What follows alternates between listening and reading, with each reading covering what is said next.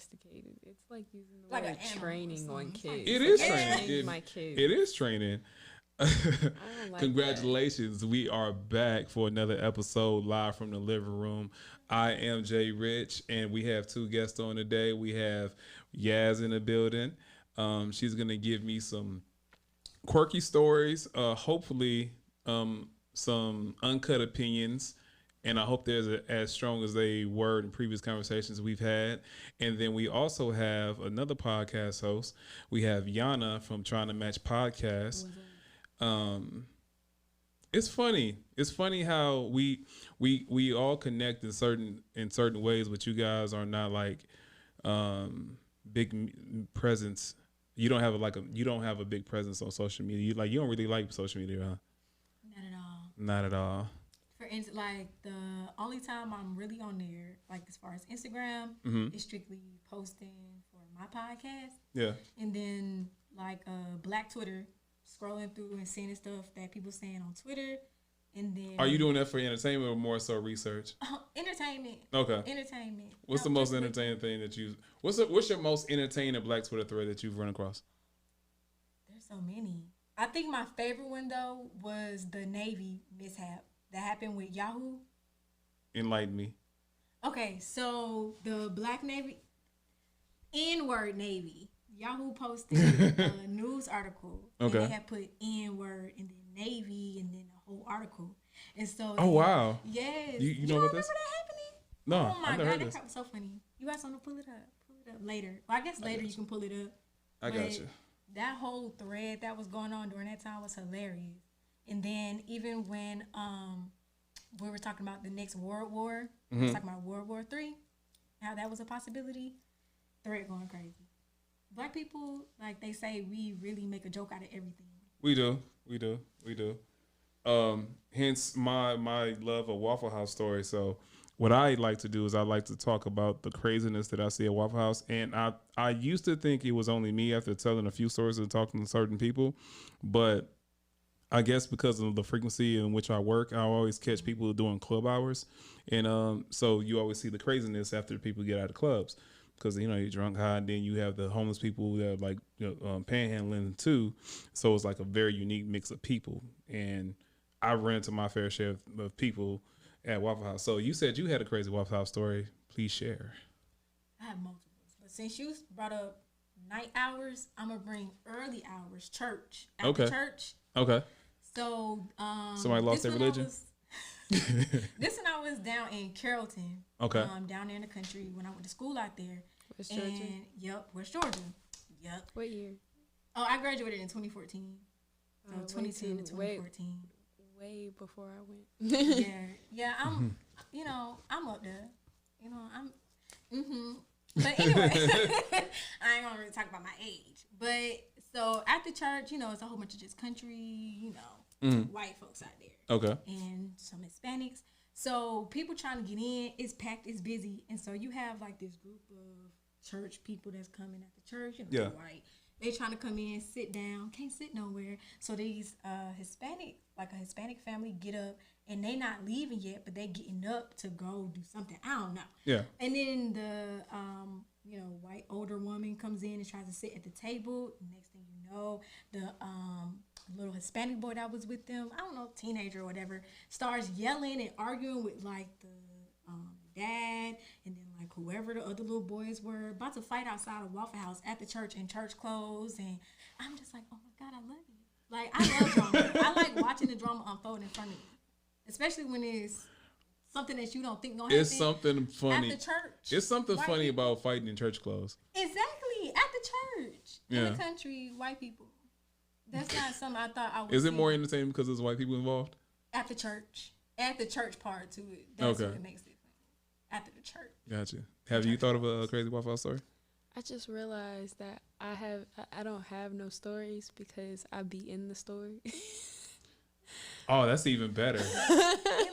Even better. I be in the mix, in the drama. Okay. I think. Let's go. I think the craziest one was in Carrollton. Carroll County. This girl, she wanted to go to one of these little parties or whatever, and So the dudes, they pull up to the Waffle House before we go into the party or whatever. Mm-hmm. And I don't remember why they got to arguing, but they just got to arguing in the Waffle House sitting right next to me, and they going at it. And then he ends up storming off, and then like they end up arguing in the parking lot, going back and forth and stuff. What were they arguing about? I don't remember. I told you I desensitized myself. This doesn't affect me, so I'm literally just sitting there eating my little waffle and my little hash browns with the ham and the cheese scrambled into. You know, I'm chilling. Like, I'm not paying y'all no attention. So the world could be burning in front of you, like, it is a nice temperature. Yeah. You're like, that's what I was doing. Yeah, Minding but my he ended up. Yeah. So he ended up. She ended up trying to get in his car or whatever. They try to go. Mind you, they didn't forget I'm chilling in the booth. Oh, they left you. They finna leave me. I don't even care because my dorm right there. Like the Waffle House right here, my dorm right there.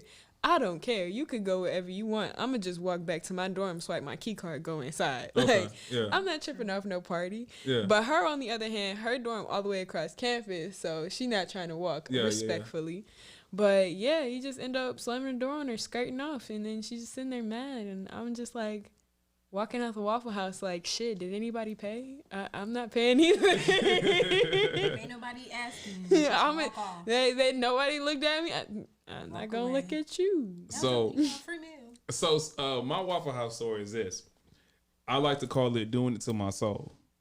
And the reason why is you ever have a person like bust out a catchphrase that just totally sums up the whole experience? That's exactly what happened. So go there late night. It's probably maybe 1, 2 o'clock in the morning. Everything else is closed. And I'm not a person that likes going through drive-thrus like the McDonald's and stuff like that. I hate McDonald's. So Waffle House is like my best bet. So go up in there. It's like literally like 3-4 people in there, including staff and myself, the person I'm with, and then another person waiting on the order. So go in there, make a little small talk. Then this lady comes in, and what's funny about it is everybody heard her before they saw her, and then when you turned and looked at her, the voice didn't match the body. Y'all know those people like that, right? Mm-hmm. So she had like a real big woman voice that you turned around and think she's like, oh, this a big woman, and it's like it's a very small petite lady with like the smoker, like a smoker with the smokers. Yeah. She had that like heavy smoker. I've been arguing all day voice, and she like, how y'all doing, babies? Yeah. And then the thing that made it funny off rip is, you know how a person would ask you for money? They'll do a check-in message first. They're like, hey, bro, how you doing? Everything good your way?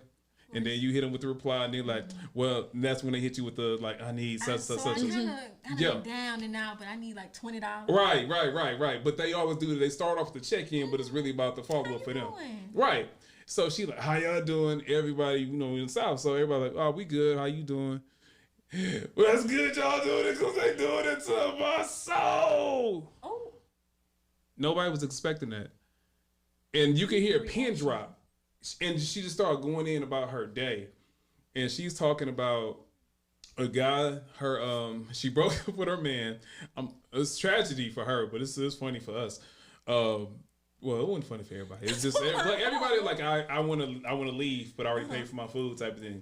But it's like she starts going in about she's been arguing back and forth with her dude all day. And they not letting me have my way. The police, they came on the scene. When a black person...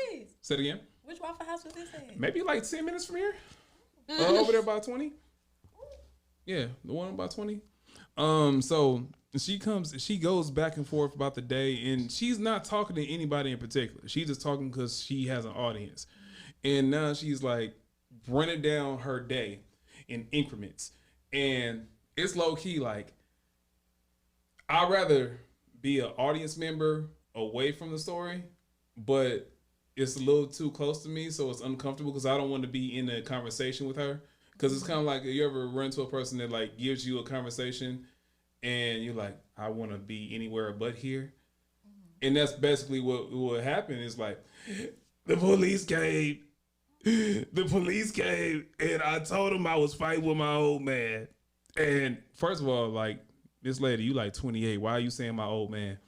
Well, if she was 20 minutes down the street, then I can see because this pretty much out here, so I can we in the country. Exactly. So backwoods. I can see that she's saying that. Okay, we in the outskirts. But she's like from Jersey. Exactly. Well, she's from Jersey though.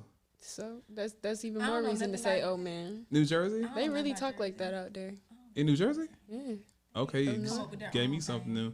So she goes in. The police came. We was fighting. I got my legs in, but you know what I'm saying? He's still a man though, and he just doing it to me that like ain't nobody let me have my way. Nothing's going my way. And then the lady behind the register's like, you dining in and you ordering to go. Can you please trying to get her? Yeah, trying to be nice about it, right? And then she says, you gonna let me get it? You gonna let me order what I want? Yes, whatever you need, baby. That's good. That's good, because they doing it to my soul. That soaked up the whole night. They doing it to my soul. Doing it to my soul. So, yeah, that's my Waffle House story for the day. Now, you must go to Waffle House a lot. You said what? You must go to Waffle House a lot. Being a truck driver, like a lot of times that's the only place I can go. Yeah, it's the only thing that's like good food at that hour, and then they're like, besides McDonald's, is Waffle House, right? And I'm not gonna eat McDonald's food, so I'm gonna get some chicken, and I'm like, give me my chicken, give me some eggs, protein, and that's the best thing I can go for. Because other than that, it's just gonna be vending machine food or whatever people get from McDonald's. Station or something. Right. Right over here trying to find like a Lowe's. Food, not snacks. So what? So over here trying to find a Lowe's. Yeah, and that's frustrating within itself too, because it's only like fast food in there too. But so that's pretty much why I frequent that. And I got so many Waffle House stories. So one thing I want to bring up first, when we were talking the other day, you were talking about the seasons changing and it being related to people having seasonal depressions. Oh yeah, can you elaborate on that further? Yeah, so coming out of summer, people start seeing like a decline when it starts getting into colder months. Like the sun isn't out as much, you don't get to go out and be as active, so you're pretty much kind of in the house, like how people experienced COVID and being stuck. Okay. So with that, people usually start getting seasonal depression. And so like ways to combat it, you can get those sun ray lights. Those help. I never heard of those. Yeah, so they have like these little compact like folder lights. Like like if you put on makeup, those like vanity mirrors that's small like that. So they have those special lights to kind of simulate the effects of what the sunshine does to you, to kind of lift you up. Spirits, I guess. To boost your like happy mood. Whatever that is in there that makes you happy. That's what the sun never made me happy. I'm one of those. Well, I'm a vampire. I enjoy dark, like late nights and sun, like the starry nights and stuff like that.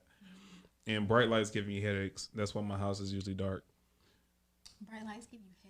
Yeah, it's something. It's you need to go to the doctor. That's why you need to go to the doctor for that. No, it was something that's a lot of people in my family have like this like thing with migraines. Yeah, you're prone to migraines. You're prone to migraines. Well, once I started like paying attention to myself and like trying to figure out the triggers, it was like two things. So when I changed my diet, started drinking more water, and then also being like people thought I was trying to be cool or like trying to be some like, I don't know, I guess we call it weird, because I wear shades indoors.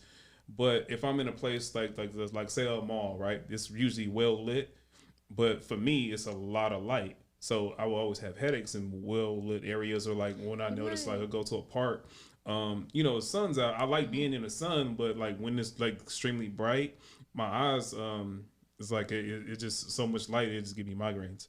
And then when I get a migraine, it's like I'm no good for like 24 hours. That's how you need to go to the doctor. It's like that all the time? No. I got it under control now. That was like years ago, but it doesn't happen as frequently as it used to. But it just but since I've learned what causes it, I just know how, like, if I'm gonna be outside, like, say if I go to a football game or I go to a park, I like running in parks or hiking trails and stuff like that. So I just know that's where something with a visor or something with or I have shades. So yeah, you just learn yourself. So have you ever experienced seasonal depression? I actually did want to talk about that. So, I have to gathering thoughts, right?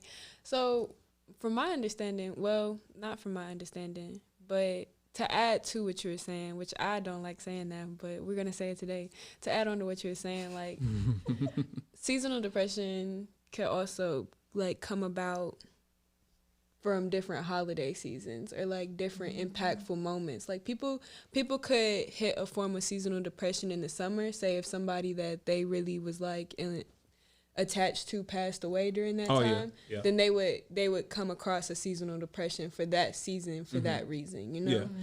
Yeah. As far as ways to combat it, I really haven't been. I did put out a video for 10 tips for depression, but I really only focused on low functioning and high functioning depression.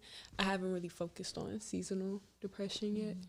I've never heard of seasonal depression, so that's kind of just new to me. There's actually 7 types of depression. Yeah. Really? Mm-hmm. Do you know them off the top of your head? Quiz. Seasonal, high functioning, low functioning. Keep going. What else? It's isn't schizophrenia a form of depression? Schizophrenic depression. What else?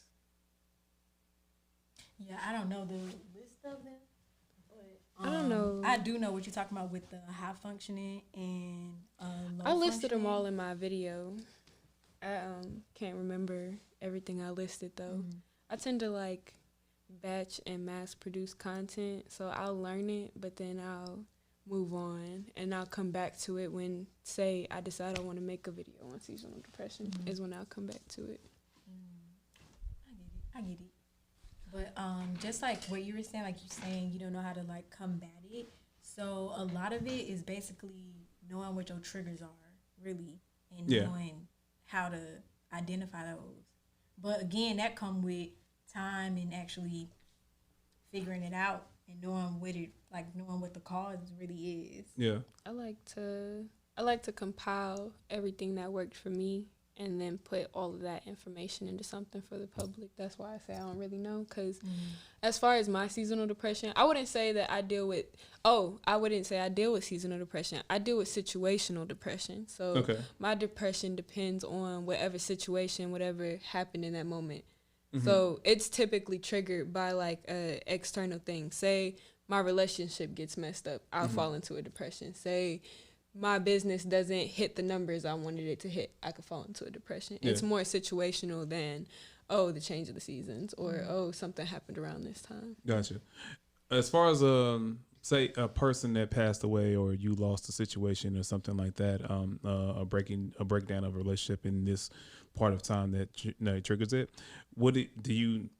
how do you combat that?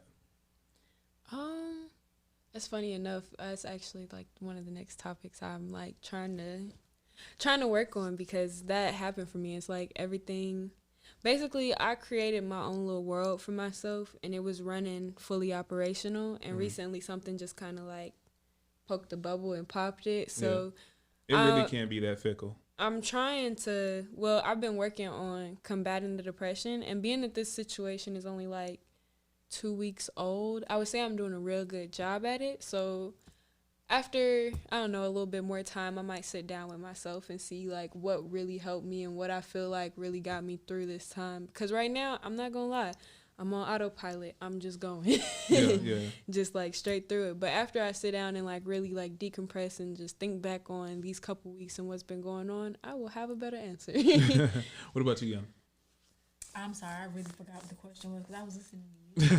When you have a situation where, like, say a relationship is broken down, or maybe a person that you've lost in the past, that time of the year rolls around, do you kind of like try to avoid the idea of it, or do you kind of prepare for it? So I've actually had to learn how to deal with it. Like now I'm fine with it. Like I'm fine with changes that come that's out of my control. People may come in and out. Things may change. I'm perfectly fine with handling that and going. But it took time to learn how to do that. Like 4 years ago, I had 3 deaths in my family back to back to back. Like it was one in August, September, and then again like at the end of September, and they were all close family members. Yeah. And so I don't think it's like the deaths in like a family, actual, that can be such a hard thing. Yeah, and I don't feel like it was really surrounded by just like the time of the year. Mm-hmm. It's going through my phone and seeing their name was still in my phone, or seeing somebody and that be their name, or they look like them, or the same age, could have the same, like anything could bring that up. And so it really took me knowing, like I was saying, knowing what the triggers were, and figuring out like this is normal, like these things happen, and I can't control everything. So basically just letting go of all that control, really, and just realizing that things happen. Well, I've had different scenarios in which I'm not going to cover them all, but I know for me, one of my more, I guess more chaotic situations, I experienced a death, and I think what I tried to do was I tried to actually immerse myself in the emotion of it instead of running from it, because what happens is, prior to that, my dad passed away, and I didn't intentionally try to avoid the emotions of it and like the grieving process, but life kind of happens, and then something in life happens, but life still goes on. So me being a man, I had to take care of certain responsibilities. I still had to pay my mortgage. I still had to go to work. I had to do different things. And I was totally avoiding the aspect of like, hey, I need to deal with this. And I think I ran into something. It was something so small. It was like a small, like you said, something like a pin to a balloon, but it just made me burst. I walked into a person's office, dropped off something, and I turned and I looked at their wall, and they had like a Happy Father's Day card. And it's like, oh, bruh. And it's like, I had to deal with it at that moment, and I still had to be professional because I'm in a professional setting, and people, you never know what a person's going through, and a person might look at me and say, what's wrong with him? He's moody. And like, I am moody at times, but that's a different type of mood, the space to deal with, and I had to work through. So the following situation, instead of running from it, I learned from what happened previously with my father. So I actually immersed myself in the pain and working through the emotions of it. And you can't fast forward grief. You can't fast forward the stages of death. And you just basically have to ride it out and work to the point where you get to acceptance. And then also accept the things that you can't control, acknowledge what you had control over, and then just also figure out what's the next part of life in which you can make yourself better from it. And that's my personal way of dealing with depression as far as when it comes with the loss. Other things of depression that I learned to fix is stop making it about you. Do things for other people that'll help you. And for me, getting outside. Getting outside, it could mean something that's like going to a park, going for a run, working out, not in a gym, just being out in nature. Doing something that gives me peace. And that's what I like to do. Like, I really like to go outside. Yeah. Like, that's what I do. So that's why I was saying, like, when the sun ain't out no more and it's cold outside and I can't go on my hike and sit in the waterfall, it's freezing. Yeah. I'm just sitting there. I was like, well, dang.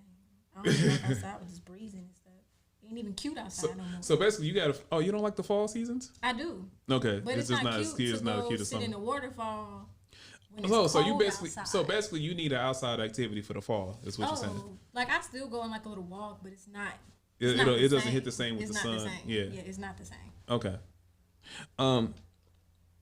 So being that you're a host of Tryna.Match Podcast, and how often do you smoke? How often do I smoke? Yeah. Very regularly. Regularly. So I don't smoke.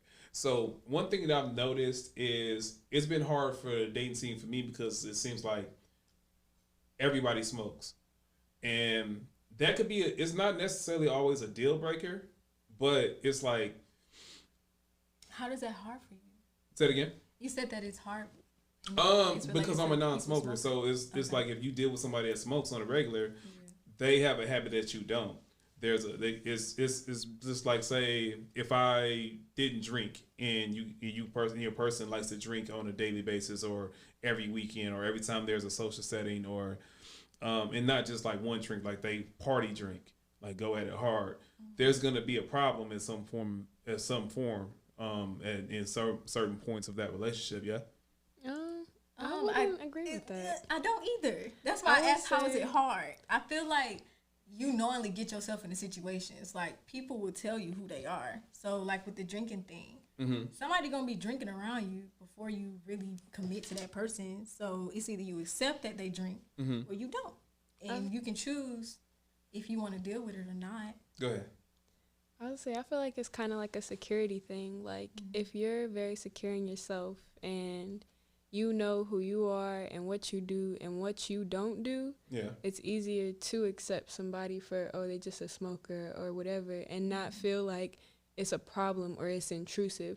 And if you're the type of person where you know yourself well enough to know, like, hey, I don't like being around the smoke at all, then you know that that's a deal breaker off rip because they're going to want to smoke in the house. Or maybe that's where y'all come up on a deal. That's what I was gonna get where it's like, hey, you smoke outside, or or open a window, or maybe they get a smoker's room. Like I feel like it's not that big of a deal. If you really want it to work out, it'll work out. Yeah, that's what I was gonna say next, because it's not necessarily the habit itself, but it's things that come along with it. The location and where you smoke, having to incorporate it into a budget of sorts of like.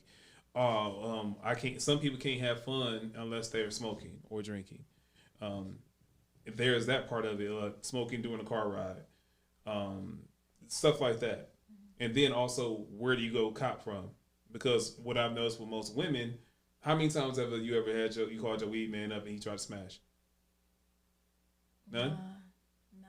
Ever in your whole history? Nah, I'm not saying my whole history. Weed man trying to smash, so I can't. Okay. But again, I feel like you say no, you keep it rolling. But I mean, like, I do say no, and I do keep it rolling. Yeah, like you can go to the bar. It's not about the woman. The insecurity or the problem and the friction doesn't come from the woman. It comes from understanding another person has access to them. It's like if you date somebody with kids, they have to interact with the parent of the child. But I feel like then that comes in, like how you were saying, with like the insecurity thing. Yeah, I would say, like, even my friend, like, he don't smoke, but I smoke. But, like, we live together, and all his friends smoke. So even if he didn't want me to go, like, to my plug, he just go to his plug, like, his friend's plug. He call his friend up, hey, yo, you got something I could spare? Like, if he really didn't want me to do all that, he make a way.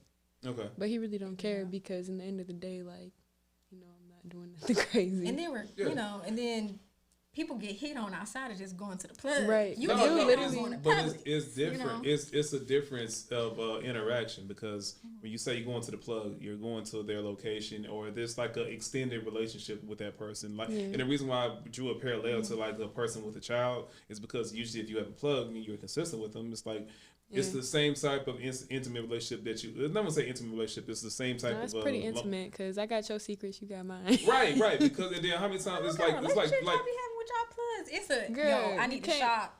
I'm pulling up. That's a whole secret. What you mean? That's a whole secret. Smoking is all it takes is like, okay, so then I feel like when you was in Carrollton, the conversations you would have with, like, say, like I would have with my barber, I won't have the same type of like conversations with just a random person on the street. Not even just that. I see them so regularly. You literally like if you see that person on a regular basis, that's your regular plug. You giving them money on a regular basis. Yeah. Like, okay, I'm gonna put it in like perspective of me in Carrollton, right? I was going to my plug on a regular basis. Yeah. I get caught up with the cops. What happens?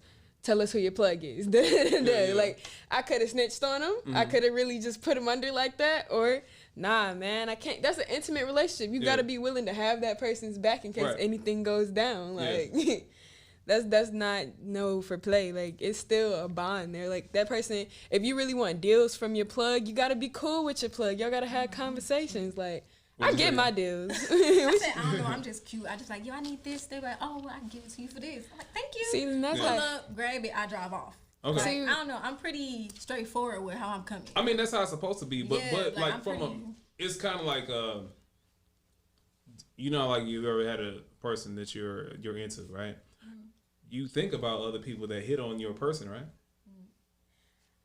I don't. Yes and no. I don't. So you date ugly men? I don't. It's not that I think about other people. I don't think about strangers that hit on that person. It would have to be like somebody that person is. Do y'all date being a too friendly, quote unquote too friendly? That's the phrase, and I'm throwing that phrase out there. That are too extroverted or too social. I won't say date. I would just say, do you prefer a guy that keeps to himself? I wouldn't say. I don't know. I feel like we have an over exaggerated version of this. I feel like sometimes people see a dude say hi to a girl and be like, "Oh, he too friendly." I don't think that's too friendly. Like that's just them being nice. Like they're being okay. But like when you know that they got that one girl in their phone that they consider just a friend, but that relationship looks too friendly. That's a different story. What's too friendly? Too friendly is, oh hey, come over. Why don't we have a little friend date? Why don't we bring the shots? Exactly. What's a friend date? Somebody said that. Like that's yes. Let's have a friend date. Let's you ever heard of friend date? Get the alcohol, get the weed, come through. That's too friendly. Friend. You're too friendly. Why are you chilling with this girl, watching documentaries at her house, having her cook dinner for you? You're being too friendly. Come on. Did you ever ask if they clap cheeks? Yeah. And what they say? Let's not even get into all that because I'm gonna get mad again. Look, you see her, she like, this start happening. So I like rapper hands. I like rapper hand energy. She like, I don't even know. So, all right, I have to accept the fact that it happened way before me. I hear that it doesn't happen anymore. I hear she got a boyfriend. That's cool. I'm gonna let that. But they still have friend dates. But they have had one, and that's really irritating me just a little bit. Why you guys were together? Yeah. Okay. That's the problem. If it wasn't, it wouldn't have been no problem. Is she ugly? Honestly. Pressure. Honestly. She looks better than you. No. Thank you. No. But I wouldn't consider that ugly because I'm a high standard. Okay. I'm pretty up there, so I wouldn't consider you ugly. I wouldn't consider I feel like if you have me, what do you need you for? You know. Mm-hmm. Like I'm here. I'm right here. You already got the 1,000. I'm here. Right, you got the 1,000, so why you need the 10? Like, cause you already got the 1,000. All right, do y'all believe that women and men can be friends? Yeah.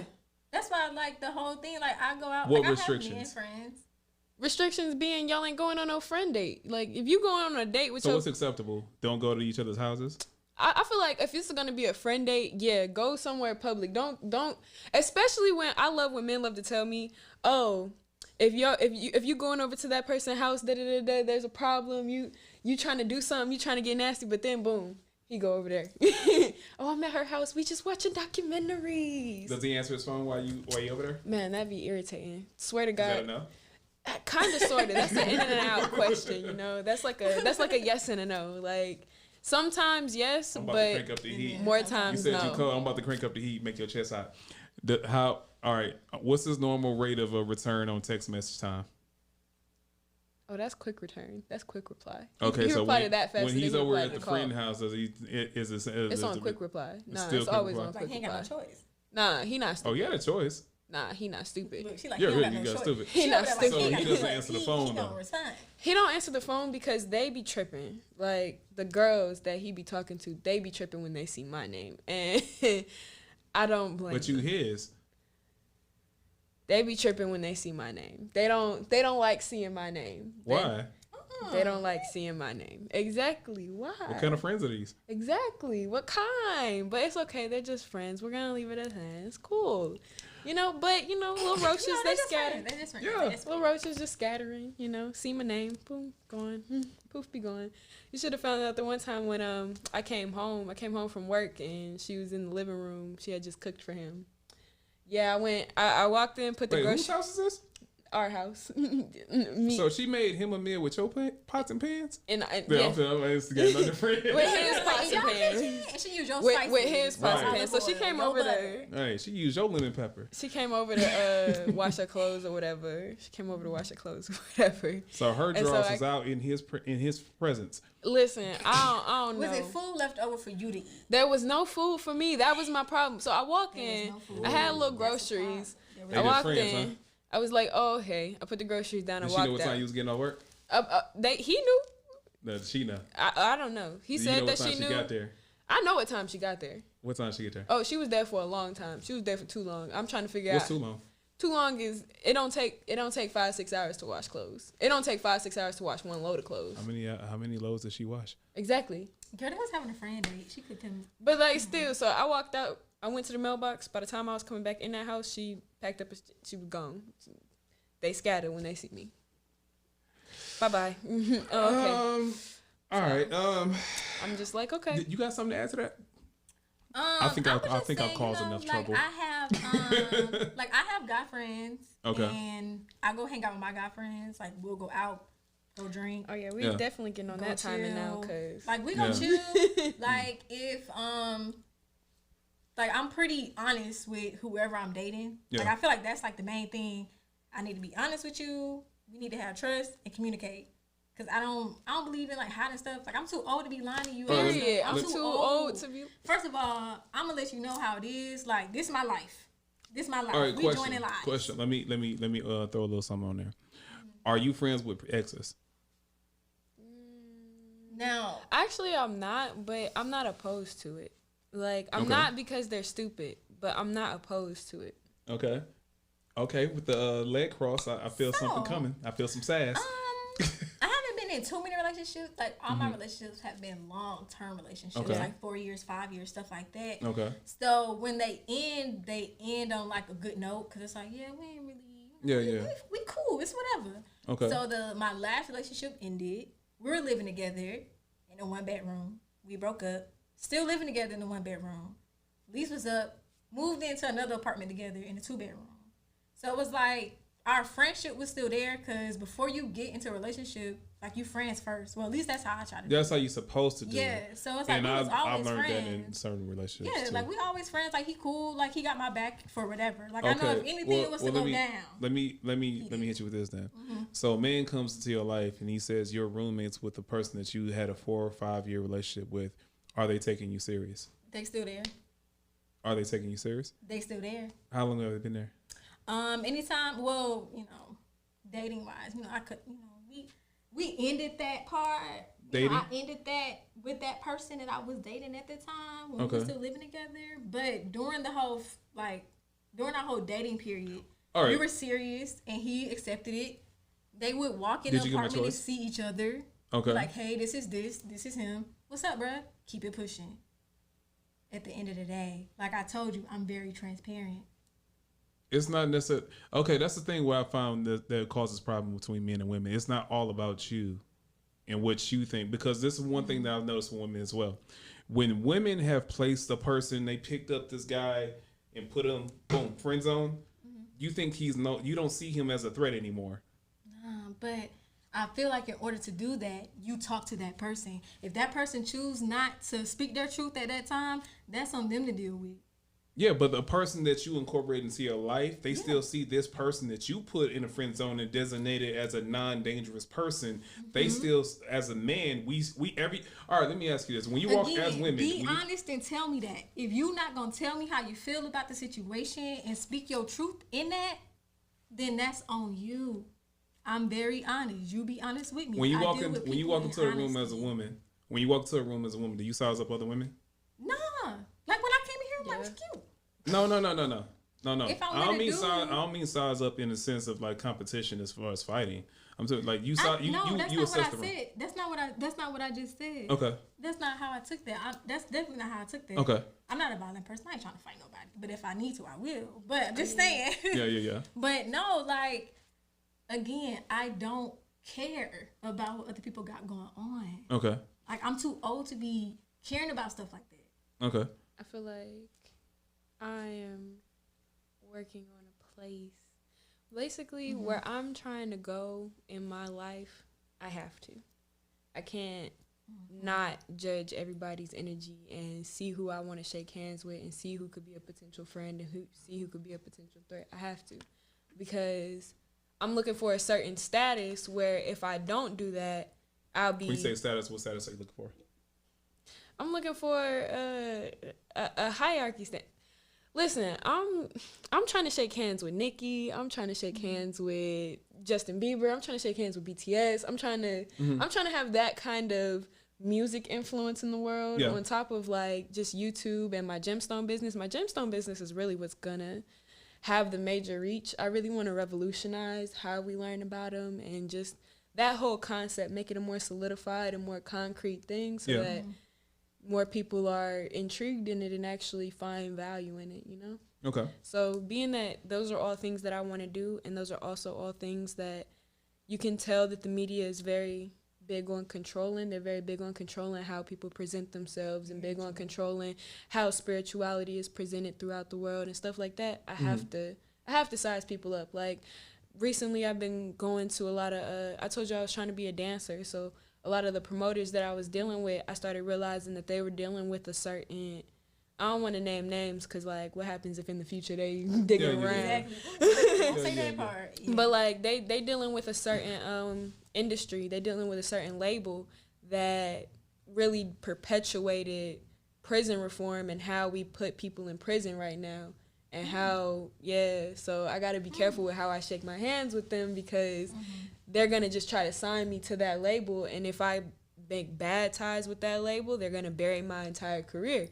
And if I make too good of ties with that label, they're going to make it to where nobody wants to pay for me except for them, and then I have to sign to that label to get in. Yeah. Like, so I got to be super careful, but I got to watch everybody's energy. Gotcha. Okay. Last question before we shift to something else. So you expect, well, you don't necessarily give a guy a choice to accept whether or not I do. That's what I'm saying. Like, we have conversations. Well, you say he doesn't. But if let's say you meet your husband.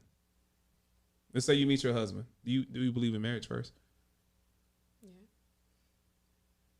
Yeah. Well, why did it take you so long to answer? To a certain yeah, exactly. To a certain. Y'all don't believe in marriage? It's to a degree, because a lot of either we are or we not. What do you mean? A lot of the purpose of marriage is just to have the government in it. Like marriage is really just a business deal. So like at the same time, it could go either way. I could marry for love, So but at the same time, I have to marry for business. So y'all want open marriages? I don't like the thought of that either. So it's kind of like. Look at me. I don't like the thought of any of that. You? What about you? I actually have been in a like a poly relationship before. Okay. But when I was if you had to choose today, what are you picking? If you had to choose today, what are you picking? Monogamous or polygamous? It depends on today, right now, in this very moment. Monogamy right now in this very moment. Okay. Right now. So let's say you meet your husband today, tomorrow. You want to keep this man, but he has a problem with you being friends with people that you had such an intimate relationship with. Who goes? It depends on which relationship they got a problem with. Yeah. Because some relationships were super toxic, and because I care for you, I want to see you do good, so I don't really mind you being toxic because I just brush you off. But then there are some relationships where it's like, really was important, and like that was really just like a good person to me, and like a you can't you can't sit here and tell me to are you taking a man serious that goes on? I'm not gonna go there and say friend dates, but are you taking a man serious that has a long-term relationship with somebody and they still hover around? I'm not gonna lie, I did. I literally like I was taking it seriously. I was like, okay, that's gonna be fine. And honestly, I ain't gonna lie, that whole friendly situation still hasn't proven to be a problem. Okay. Like, I mean, I personally don't like it because it's out of my comfort zone, because I've never seen anybody be okay with it. Okay. I've literally just lived in households like that where that's just not a thing. That's not something, like, what do you want to be, sister wives? Like, yeah. Like, that's how, like, family members respond to thinking about stuff like that. But, like, in reality, has him and her being friends posed a problem? Nah. I just don't like it. For your own, like, reasons. Yeah, like, I mean, it's just because it's like, I mean, I feel like, personally, I be feeling like if you could spend all this time with that person, why you can't spend that time with me? And I understand when you want your time alone, but it's like, if I've been giving you time alone and then you still choose to go kick it with somebody else, I feel like, what the problem is? What, you not feeling me or something? Yeah. What do you think? Again, if the person that I'm dealing with still has like female friends and they want to hang out with their female friends, I'm perfectly fine. No, I'm talking about people they had prior relationships with. Is if they were friends, like if it was like on the same level how I perceive it as, like if it's a safe thing, like if they propose it as a safe thing, then yeah, like how she was saying, if it was like some toxic mess and it was just craziness, then it's like, why would you? Okay, still well, how much time do you need to that? see to assess if it's toxic or not, or versus safe? That depends on their relationship. Some people, they could present that in a month, but some people it'll take a whole year for you to realize how toxic it was. So you have to do research for a year on to see if the person that they say is just a friend is just that. It depends on the access you have to that relationship. Like I don't have much access to that relationship because she doesn't like me. She's scared of me. Like she doesn't want to be around me. She's very upset at the way she found out that I was in the picture because she. I feel like you missing something here. No, I'm not missing something. No. You mean like I'm not saying something? Is this the same girl that was washing clothes? No, I know exactly what happened. That's none of my business. Is this the same in girl the end of the day, the same girl that was washing clothes? Basically, she messed up her chance. She botched her chance. She should have been bold about what she wanted, but she wasn't, and she got stuck in a friend zone position. And now, I actually have enough trust in him to know, like, okay, I've been watching you. You really haven't been allowing her to cross that boundary. Okay. So do you have a problem like dating if you know like the woman that you're dating is still friends with her ex or is hanging out or has guy friends that she hangs out with? It's a difference between guy friends and then guys that you dated. Okay. Were you guys ever intimate? Did you guys kiss? Did you guys have sex? How long were you guys having sex? Like all that comes into play. It is no different. Like let's say this. If you had a situation where, like, if I'm dating somebody that has kids, I can't tell you can't see your child's father because you guys have a whole person that you create together. But if you have no ties to a person, you don't have bills together, you don't have business together, you don't have children, why are they hovering around? Why are they liking pictures? Why are they in your DMs? Why are they in your text messages? I ain't gonna lie. I would feel more threatened by the strangers than I would by the person that has already been around. And why?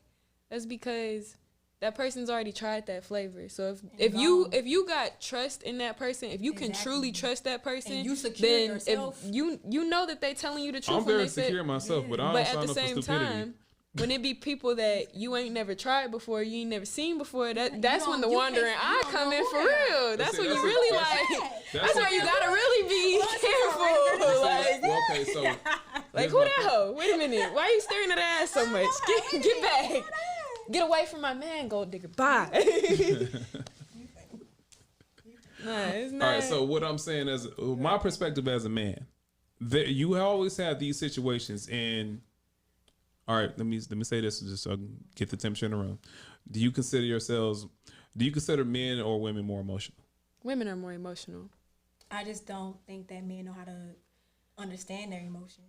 Men do not know how to understand their emotions. That is something that has really been broken from them throughout society. Men are emotional, just don't know how to tap into it. Okay, so they have them, yeah. Exactly. They just don't. Have you ever been in an emotional place and had sex with a person that you may not have been sexual with if you weren't emotional? Yes. Yes. It was the worst thing of my life. All right. Yes. You see how fast she answered that right there? It was the worst mistake of my life. Yes. Listen. Here's the thing with this. As a man, I'm taking somebody serious. You're going to have a relationship. You're going to come to a point in a relationship where you guys don't see eye to eye. You guys are beefing. You guys come to a hard impasse, and there's going to be some friction there.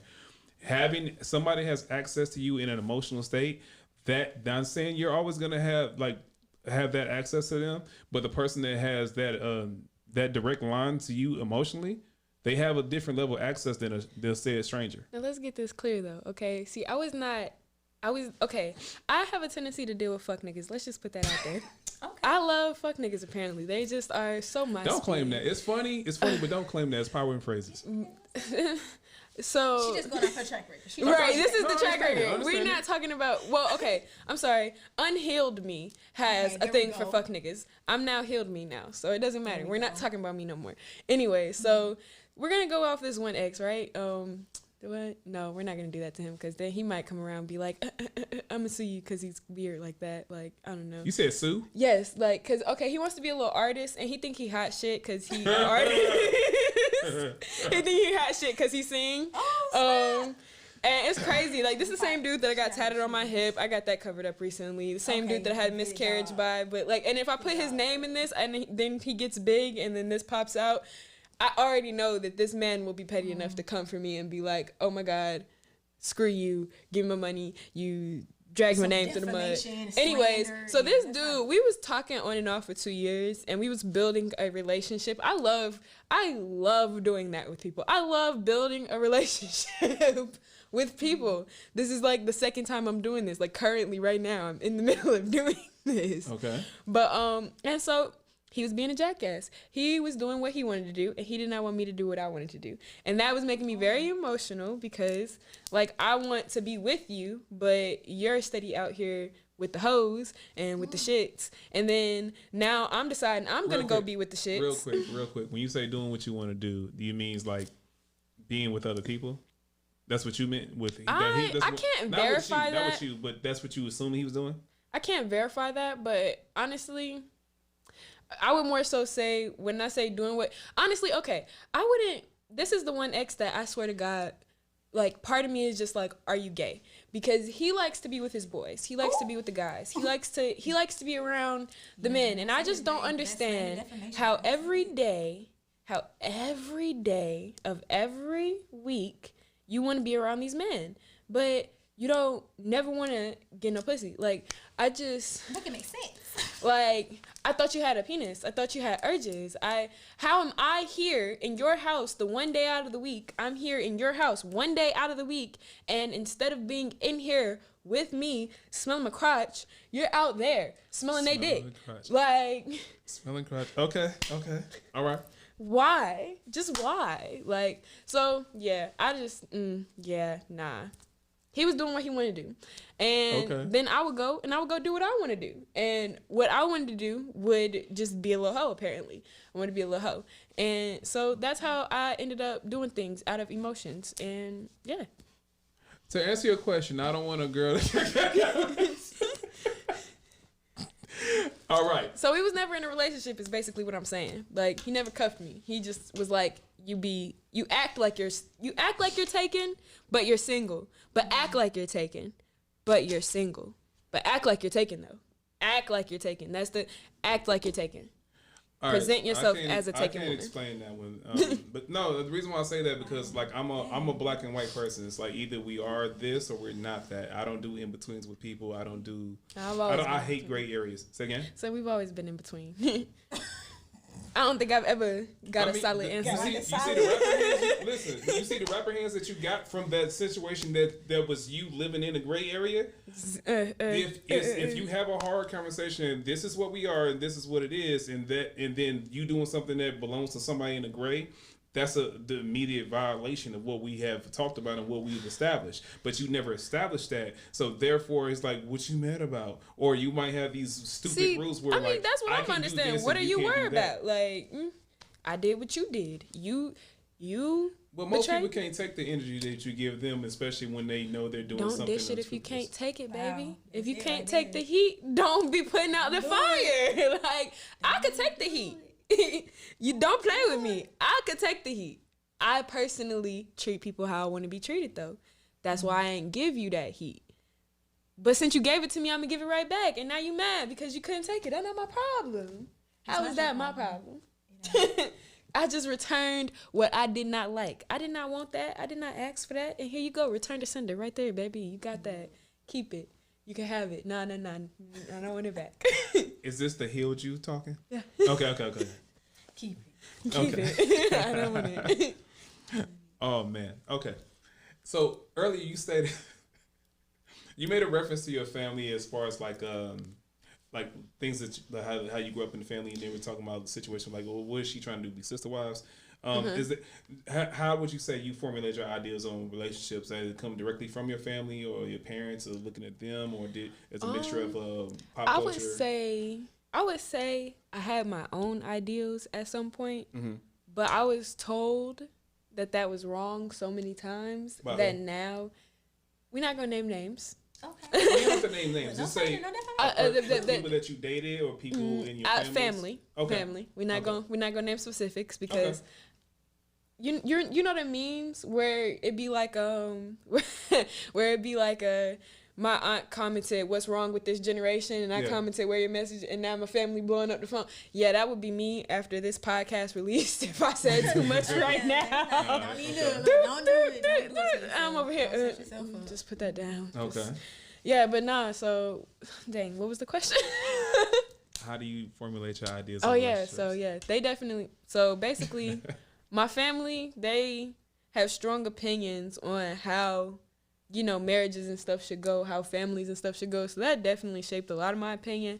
But when I was a little kid, I would say I had different opinions. I just kind of got forced out of them, Like I say, when I was a little girl, I liked girls. I ain't gonna cap. I was down for whoever. Oh, you got good energy, and you got good energy all over the place. My mama, she ain't like that. Okay. So you don't like women anymore? I'm gonna say now that you're like older. Now that I'm older, I'm more open to it. But like at the same time, do you want a relationship with a woman? You just enjoy having the company of a woman that you guys naturally have chemistry and sometimes have that's sex? something I'm really trying to figure out, because I would say I don't know. Like, do you classify as bi-curious or do you classify as bisexual? I don't like even classifying, because then that community likes to come for you because you don't really know. And I feel like you should feel more safe to experiment. Yeah, I feel like you should be able to just be like, hey, yeah, that's what I feel like I am right now. But honestly, in this day and age, you can't unless you're solid and so I don't know. So I'm straight. We're gonna keep it simple. I don't know. I'm straight. Currently dating I personally would not marry a woman right now for 100% for the fact that I want kids. I play around with the thought of polygamy, but at the same time, I could not. What made you entertain the thought of polygamy? Obviously a man. Come on now. I didn't think of it myself. I kind of want another wife. I never want to assume. Huh? You want another wife? Huh? Wait a minute. Another wife. You see what I'm saying? Like, it's like, but at the same time, I can't get with the idea of our other wife also having kids. But so it's like, do I really want another wife? I feel like. So you don't want to be a stepdaddy mama? I don't want to be a stepmama, no. I have a major fear of if I brought another female into the relationship and she had kids with my husband, then either she would get, I don't know, maybe this is just because me personally feels like if I was like the back burner wife, I would get fed up. Like, I'm a Leo. I need to be the center of attention. You can't make me the second wife. I'm not going for that. So I feel like. Have you ever had a threesome? Yes. The reason why I bring this up, because I recently, the thing I love most about talking to people, you learn things about how other people perceive things, right? And the reason why I transitioned to that question is because you said you're Leo, you need to be center of attention. I had a woman tell me that she got mad about the guy finishing with the other girl. Is that something that's regular? I've heard that probably no, that wouldn't bother me. It's really more so about more legal things, like who has custody of those kids when you're in a 3-person marriage that's not legal with the government, Like, what happens when she gets pregnant, I get attached to her kids, and then she decides that this isn't for her because right, yeah, and now I don't get to see them kids. Suffer like everybody else as a step-parent. I don't want that. I don't like that. There's a whole reason why I only want to have kids with one man, because I don't like that. Kid, like these my kids. I don't like that. If I want to put my family back together, I got the right. What is she talking about? I'm putting it back together. Love the energy.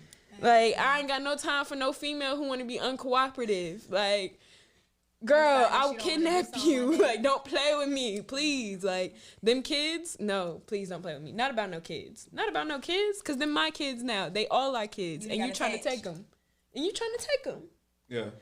It's like, I mean, you can't take my kids, but, like, I only had 3. What if you had 4? That's majority of my kids now. That's majority of my kids. She taking majority of my kids now. I can't. Half the house. I can't. That's more than half the house, because all I got is the man. She didn't take half the house. Oh, forget the man in this equation. All I got is the man. She done took the whole house. She done took the kids. It's fine in the house. And then it's like, I got certain family issues So where. my next episode, we're gonna talk about polygamy. So I need some polygamy activists, Polygamy. advocates now. I mean, I don't After she just went on the whole rant. Well, I did not my trash polygamous. experience- I'll talk Go ahead, about yeah. my experience. Go ahead. So after my ex and I like broke up, the one that I was living with, and then we moved back in with each other. After we broke up, I was in a polygamous relationship. Okay. So I actually went on a date, and his girlfriend dropped him off to our date, and he was like, yeah, she wants to meet you. I'm like, okay. On the initial drop off. Like on our very first date. Okay. We were going to Piedmont Park, and I was meeting him at the park. This is so And interesting. so I pulled up, and as I'm calling him, like, hey, I'm almost there. He was like, okay, cool. You know, blah, blah, blah. She's still here. She want to meet you. I'm like, okay, that's fine. So I get out my car. He meets me at my car. You know, we hug. We walk up the stairs to go to where she's parked at. She gets out the car. She's like, oh my God, you're so pretty. Hi. She was like, okay, so I'll be back later. You know, text me. Let me know if you need me to come get you. If you're going to be with her, let me know. But she was like, yeah, girl, we got to hang out or something. I'm like, okay. And we proceeded to have our date in the park. And we end up going to a bar after.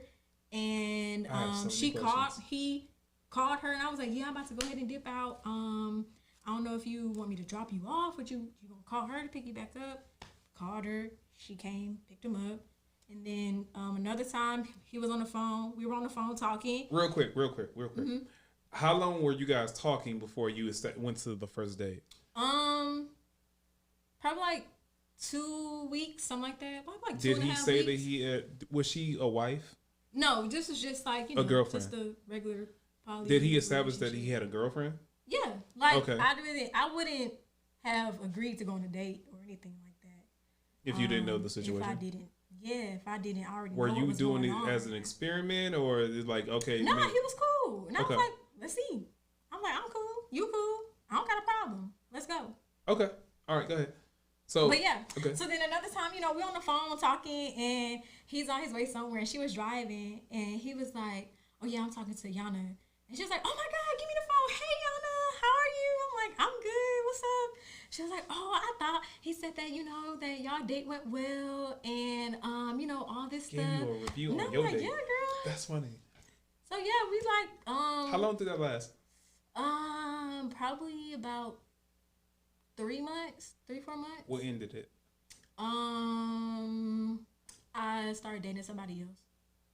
Yeah, I just started dating somebody else. So would you classify what you were doing with him as a relationship, or were you dating? So we were in that realm of Are we gonna do this or not? Yeah, like putting it into like official stuff like that. Okay. But I was the one that chose to. I just want to keep dating because I'm not ready. I don't think I'm ready for like an actual relationship. Have you dated a woman before? I've been on dates with women. Mm-hmm. Okay. With that situation, before you got to the point of like, okay, either we're gonna go to the relationship status of it. Mm-hmm. Did you guys have a sexual interaction? No. I don't. Did you kiss the girlfriend? No, I don't. See, that's the thing. I feel like a lot of people get misconstrued with what poly relationships are. Everyone I've talked to, they always define it in different ways. Yeah, that's like, it's all depends on who you are, what y'all got established. So Okay. not every poly relationship is, yeah, we all about to have sex together. Mm-hmm. It's all separate. So my relationship with him was totally separate from his relationship with her. Okay. And then when I started dating and was dating into like a polygamy thing, my relationship that I was having with this dude was totally separate than the relationship I was having with this dude. They never intertwined at all. Okay. It was just different for them because that's how their relationship was. And she wanted to meet me and know me and all this stuff. My dudes, they never met. They knew about each other. Okay. They just never met. Yeah. Okay. You got something to add? Or you got some questions? I couldn't be the girl. See, this is why I just couldn't be her. She's like, I can't drop my man off on no date. No. She's like, I can't do that. You couldn't pull up and say, I like her shoes. Y'all have fun. Fuck no. We all in this together. Yeah. We all going on a date. What are you talking about? We all at the park. I'm here. We all having a conversation. We're all on the same page. And if it's not like that, you ain't getting it out of me. Like, if she not with it, fuck nah. For comedic purposes, answer this question. Do you get mad when another woman makes your man laugh? Nah, what? No, that's weird. That What kind of weird shit? That's very What kind of weird shit? What you laughing at jokes for? Other men make me laugh all the time. I be laughing. I be laughing so hard. And all. I don't care. If you say something funny, I'ma laugh. Right, it was funny. I'ma laugh at the joke you was laughing at. 9 times out of 10, if he laughing, we got the same sense of humor. I'm laughing. We laughing together. Why would I be mad? Up in here, like, yeah, nah. Okay. The question was answered. You just stared. I had nothing. I'm just let you guys talk. I'm gonna let you guys talk. I listen when it's time to listen. All right. What side of the family are you guys cooler with? Mother side, father side, and is there a reason? Mother side. 100%. Is there a reason? To be very nice about it, my dad and I do not see eye to eye. Okay. What about you? I don't really know everybody on my dad's side of the family. Like, I didn't grow up with them, with my dad's side of the family, like seeing my cousins all the time and hanging out with them all the time. What was the reason? We just didn't do that. We didn't do that. Like, we just didn't do that. So I don't really know them at all. Like, Did you grow up when your mom and dad in the same household? Yeah, for a period of time, like, we all lived together. Okay. And then even when they did separate, I would still go and see my dad and hang out with my dad and be with my mom and stuff. But it was just during that time, we was doing our own kind of thing. Like, we'll be going out on our own little ventures. Yeah, you bonded with, you spending time with your dad. Yeah, and just because I lived with my mom, it just naturally, I'm more, closer to my mom's side of the family. Okay. The reason why I brought that up is because I remember, I want to say a few months ago, I had one of my cousins on my mom's side call me, and he's like, he feel like I spend more time with my dad's side of the family or show more favoritism with them. Like, when I would post something with a family, most of my mentions of the family members are usually my dad's side. And he was like, you don't rock with us or something? And I'm like, I had to really think about it because he caught me off guard, so I wasn't in the headspace to even think about it. I was shopping. I was going through my shopping like, do I need sugar? Do I need brown sugar? Like, do I need... That's what I was thinking. That's what my mom said. And he just randomly called me. And that's one thing with men when it comes to emotions. Like, it's like, I wasn't prepared for this conversation, so we're here now. And he's not that type of guy to just do something like that, so it kind of caught me off guard. But long story short, once I thought about it, I said, okay, why is that a thing? And I thought about it. I grew up in the South. I grew up in Tennessee with my mom. And so when I used to go back to where both sides of the family reside in Wisconsin, I was going for the summer to see my dad. So naturally, I would see my dad's side of the family. So I established more relationships with my dad's side of the family. And I didn't notice it until I got older, until he called it out. I wasn't shunning my mom's side of the family. I just spent more time with the dad's side of the family, and then we had more people in the same age range as me, so we did naturally most of the activities we did. It just made sense because of the age group. And that's what I thought about. And I was wondering, like, have you guys ever had friction with either side of the family based on that reason? I got a blended family. Okay. So how many blends? It's one blend. It's okay. My mom and my stepdad, my dad and my stepmom. So basically, so that's 4 blends. Oh, I'm sorry. Yeah. I thought that was a typical just a normal blend, like one mix around, like, parent thing. Yeah, like parent swap, Anyways. Okay. So basically, my dad and my stepmom's relationship is a little sketchy. Some say it was a cheating scandal, and some say, "Girl, I don't like my stepmama either. I can't. No, it's honestly, I'm sorry. I just wanted to say that. I want you to know. I want everybody to know. I don't like it. But go ahead. I'm sorry. You brought that up. So yeah, some say that they was cheating, and then some say that they wasn't. Well, obviously they say that they wasn't. He went on a friend date. Right, he went on a friend date, but nah. So basically, my stepmom is obsessed with the thought that she swears to God that I want my dad and my mom back together. And so I remember this one time I put up this picture. Like, I only had one baby picture where me, my dad, and my mom was all together. I only have one. Okay. And they had it. Like, my dad held on to it. It was never at my mom's house. So whenever I would go to my dad's house, I would pull this picture out because I liked it. One time I hung it up, she raised hell, talking about I'm trying to split the family apart. I don't love her. I don't like her. And I'm trying to get rid of her. I want my parents back together. I'm like, girl, I was a cute baby.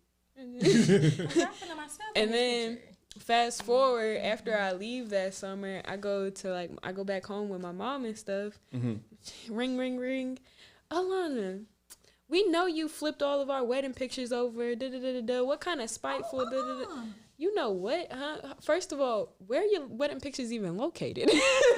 There was wedding pictures in the house? Yeah. I'm like, she over here, no, we know you flipped them over. Mind you, I had been gone for a whole month by this time. Okay.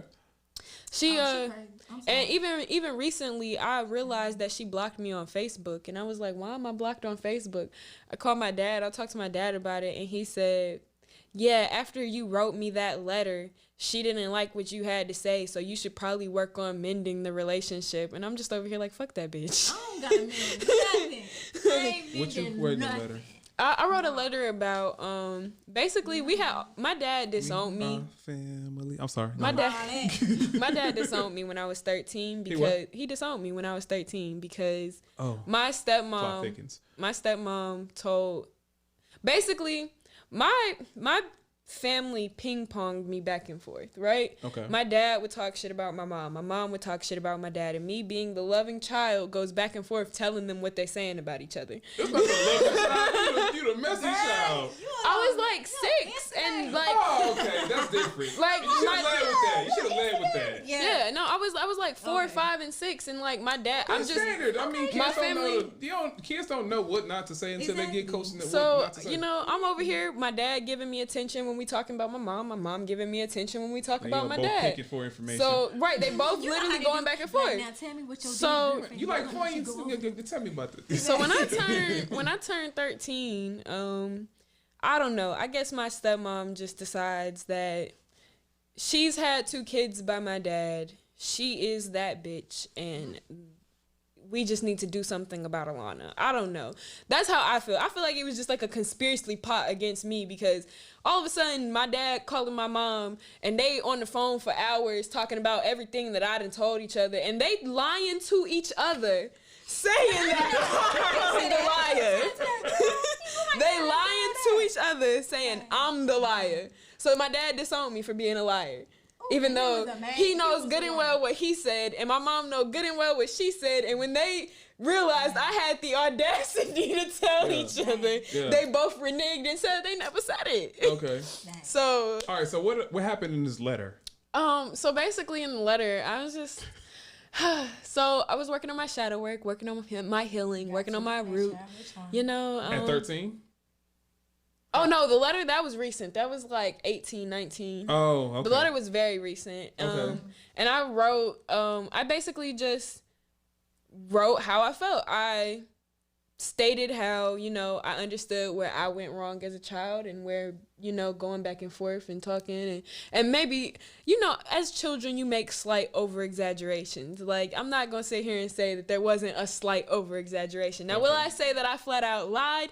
Heck no, because everything was derived off some form of truth, or even like I would tell them I'm over exaggerating. But sometimes you put more sauce on it. But like, or like I'm a straight up person, so I'll tell them I'm like I might be over exaggerating that, but like that's how it made me feel though, All right, real quick. Was she washing clothes for 5-6 hours, or was she in your mind? She was washing. No. She came at 2. I came home at 7. Okay, I checked the ring bell. Like, no, I knew. Fuck that. No, I asked him what time she coming over. He said she over here now.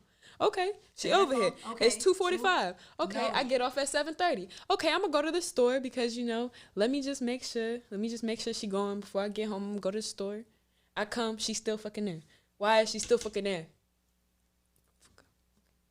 It's fine. No wonder she don't want to be around. She was accurate with her time in there, so there was no lie detected. No. I know. She came at I'm 2. just establishing a baseline for the Receipts. stories. She got all the receipts. I told him straight up. I was like, yo, if she don't want to be around me, you need to make sure that she out of the house before 7:30 because I'm not finna tiptoe around no bitch that don't want to see me because I could give a fuck. And it's my We could be best motherfucking friends. Hey, baby, how you doing? Or we could be worst enemies. That's up to you, cause I don't care. So really, I'm your worst enemy, and you just nothing to me. Like.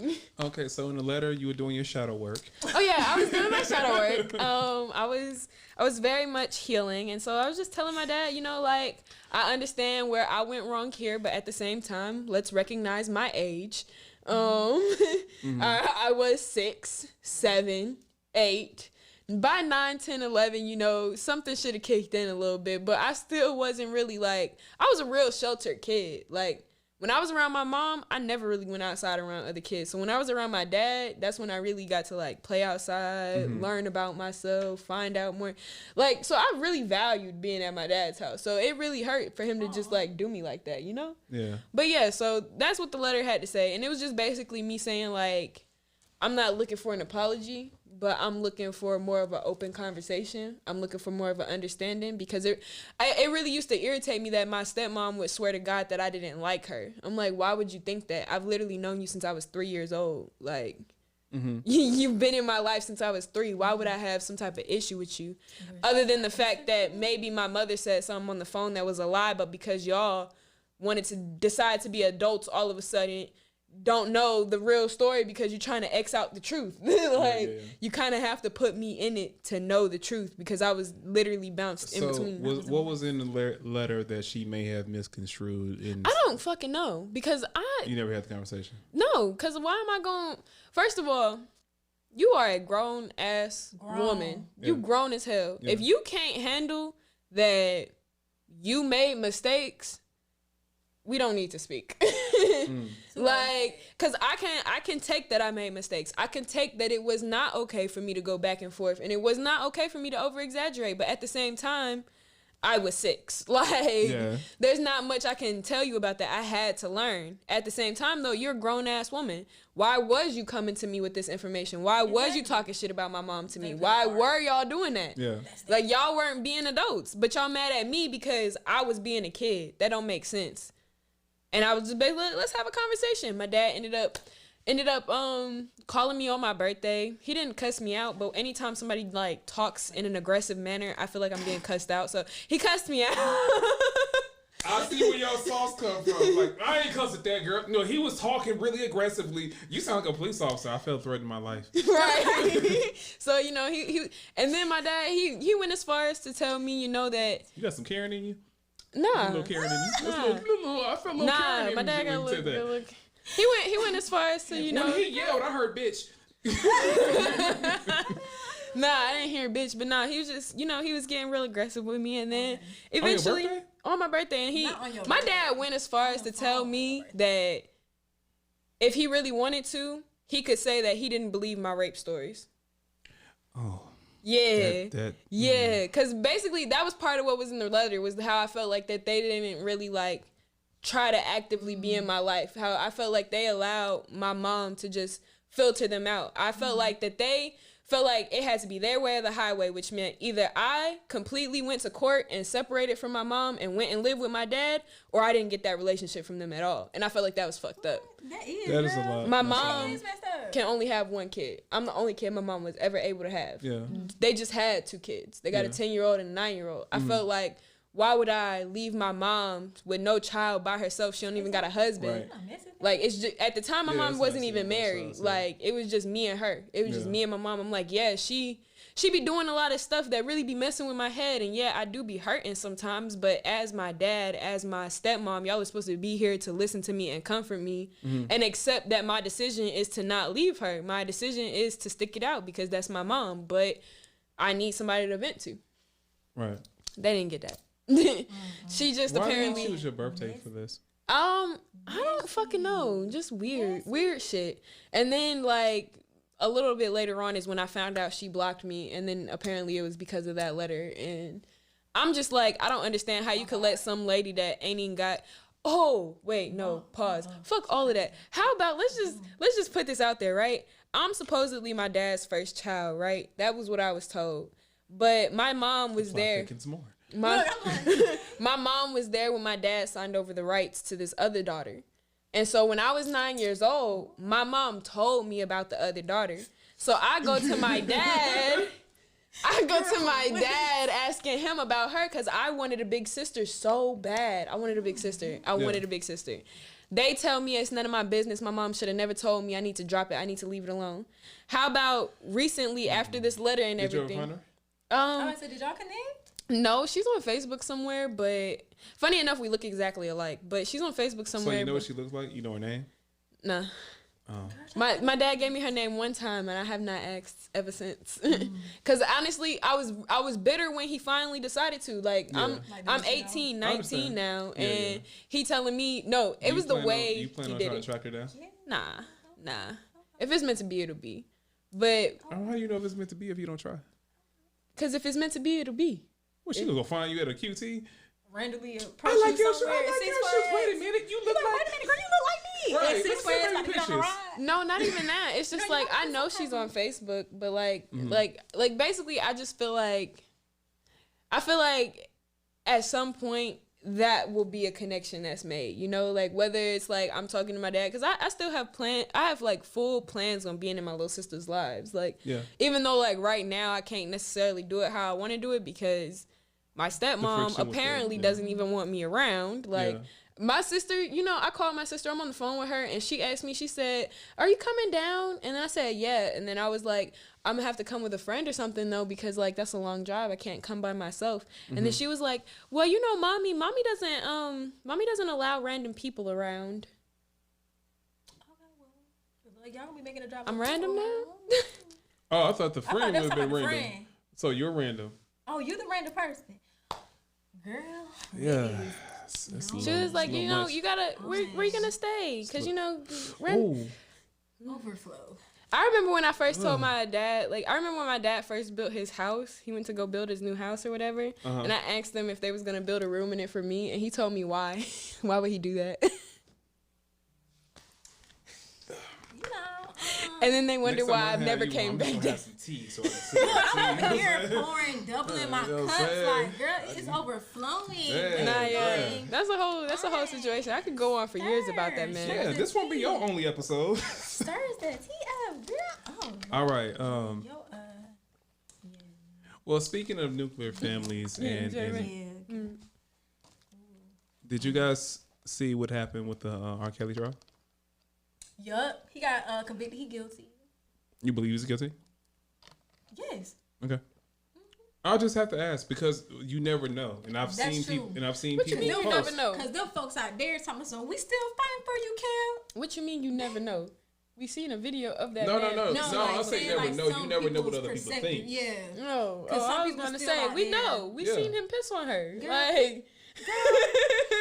Don't make me laugh at bad things like that. We seen it happen though. Like that was a video. Like no, there's no question. People out there today still chatting out. I be feeling so bad thinking about Aaliyah's life. I'm like, damn, that's what she had to endure before she died. She never got no justice for that shit. Like, she died never knowing if anybody was ever gonna find out. Or close. Well, also living that people knew what was going on. And the thing about his case was so many people around him. That's the part that makes me upset. It's like how nobody else held him accountable, from the security, the people that brought in the girls, the people that would actively walk away from rooms when they knew things were going on, or they would actually be the barriers when said things were said, like you couldn't leave a room in a house or something like that. That's where I get upset about. You know what that sounds like to me right now? What's that? Sounds like what I feel like is happening in our Congress right now as we speak. And that's why I love that this is happening to R. Kelly, because if we can pinpoint like, okay, wait, celebrities really are on this weird ass sex trafficking shit, then we can start finding these same idiosyncrasies in our Congress and in our just everybody who's governing over us. Any political party members, just all of y'all, get them out, because that's the problem right now. How? Everything that they need. I'm trying to figure out how to phrase the question. I feel you. I be like that sometimes. We all know it happens. We all know it exists. The smoking gun, it usually gets silenced and disregarded or discredited by the time it becomes public. Mm-hmm. And we see how long it took for something to happen with somebody that's in public spotlight with money, power, and influence. It took over 30 years for him to ever get a guilty conviction. Mm-hmm. And you still have people advocating for him. Still out there. Right. Mm-hmm. Crazy. Now, you're talking about people who are not, they're in a spotlight, but it's a different type of spotlight when you compare it to someone in the entertainment industry. Okay. You walk past a senator right now, majority of, you walk the same senator and their state with their constituents. You can walk them past someone, like 10 people, and I guarantee you, like 9 of them don't even know who they are. I mean, no, I've completely made my peace with the fact that any change that I want to see in society, I probably won't see in my generation. But at the same time, how do you see it how you see it becoming true, or how it becoming a thing? The same way most things become true. We personally, right now, we watch our history, we watch what people have done before us, we see where they went wrong, and we try to do it differently. Mm-hmm. That's what we do every time. So there's nothing that I'm going to be able to do that's actually going to make a change, like a continental change, just straight across the whole United States. So that's not going to be me. You think it's going to be legislation, or you think it's just going to be like group? No, it's going to be like, honestly, my theory, there's a couple different theories that you could go by. Okay. But I think what I personally think is going to happen is something more along the apocalyptic approach. Not saying zombies are going to start coming out of the ground and stuff on us, but more so like, yeah, more so like just like the whole, like one day, one of these motherfuckers is going to slip up so bad that the public has to wake up. Yeah. And that's just going to just crumble the whole hierarchy, and it's not even going to be a matter of re-electing new officials. We've seen this with the Epstein situation. So it's not even going to be Epstein, and Trump was a that's part not of even right. Trump and that's not big enough. They still have no. Harvey Weinstein. Oh, so you basically saying you need. I can't get it out. So you saying it needs to be video evidence? It needs to be. It needs to be concrete visual proof. People have to see it. Like, people aren't really seeing it because of the way our media is right now. It's too easy for them to cover it up. There's too many people with too much money.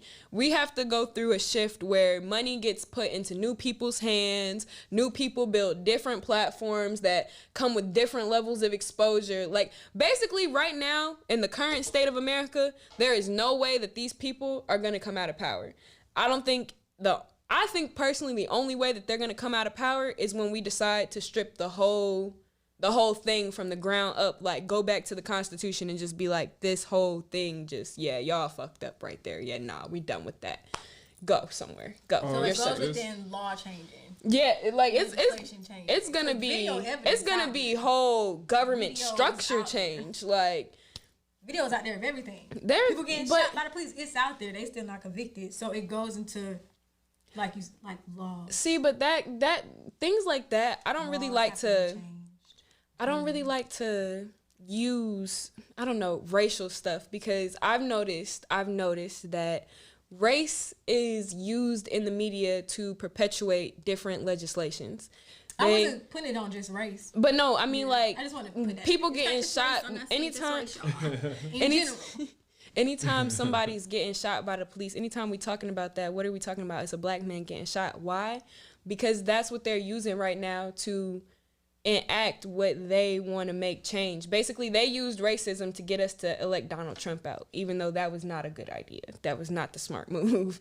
That was not the smart move at all. They used race to get us to elect Obama in. They used race to get us to elect Kamala Harris in. Like, they use race as a toy, and because of that, I don't really trust everybody that I see dying nowadays. I can't, because I know that they can pay somebody to do this, and that will enact anger in our black people, and that anger can be used to pass new bills. There's no way for you to ever really know if it happened or not, like, because we weren't there, you know? Can I say something completely off topic because you just said something? I watched this video the other day, and they basically saying Michael Jackson ain't dead. Have y'all seen the video? I have not seen that. Have y'all seen that video when you say you can't believe somebody died? I wouldn't be surprised if he wasn't dead. Send me that link. So it's an interview. I'll talk about it real quick. Do you think it could be some truth? It could be some truth. Yes. Let me say it. I'm about to spill it out real quick. There was an interview that was done national, international news or whatever after Michael Jackson passed away. And it was actually, they were talking about his funeral. So while they were on the air talking in this interview, they were playing the clips of the funeral with the hearse driving and stuff like that. It passed to this man named Dave. First of all, what kind of name is Dave? And was it Dave? No, Dave. I'm sorry.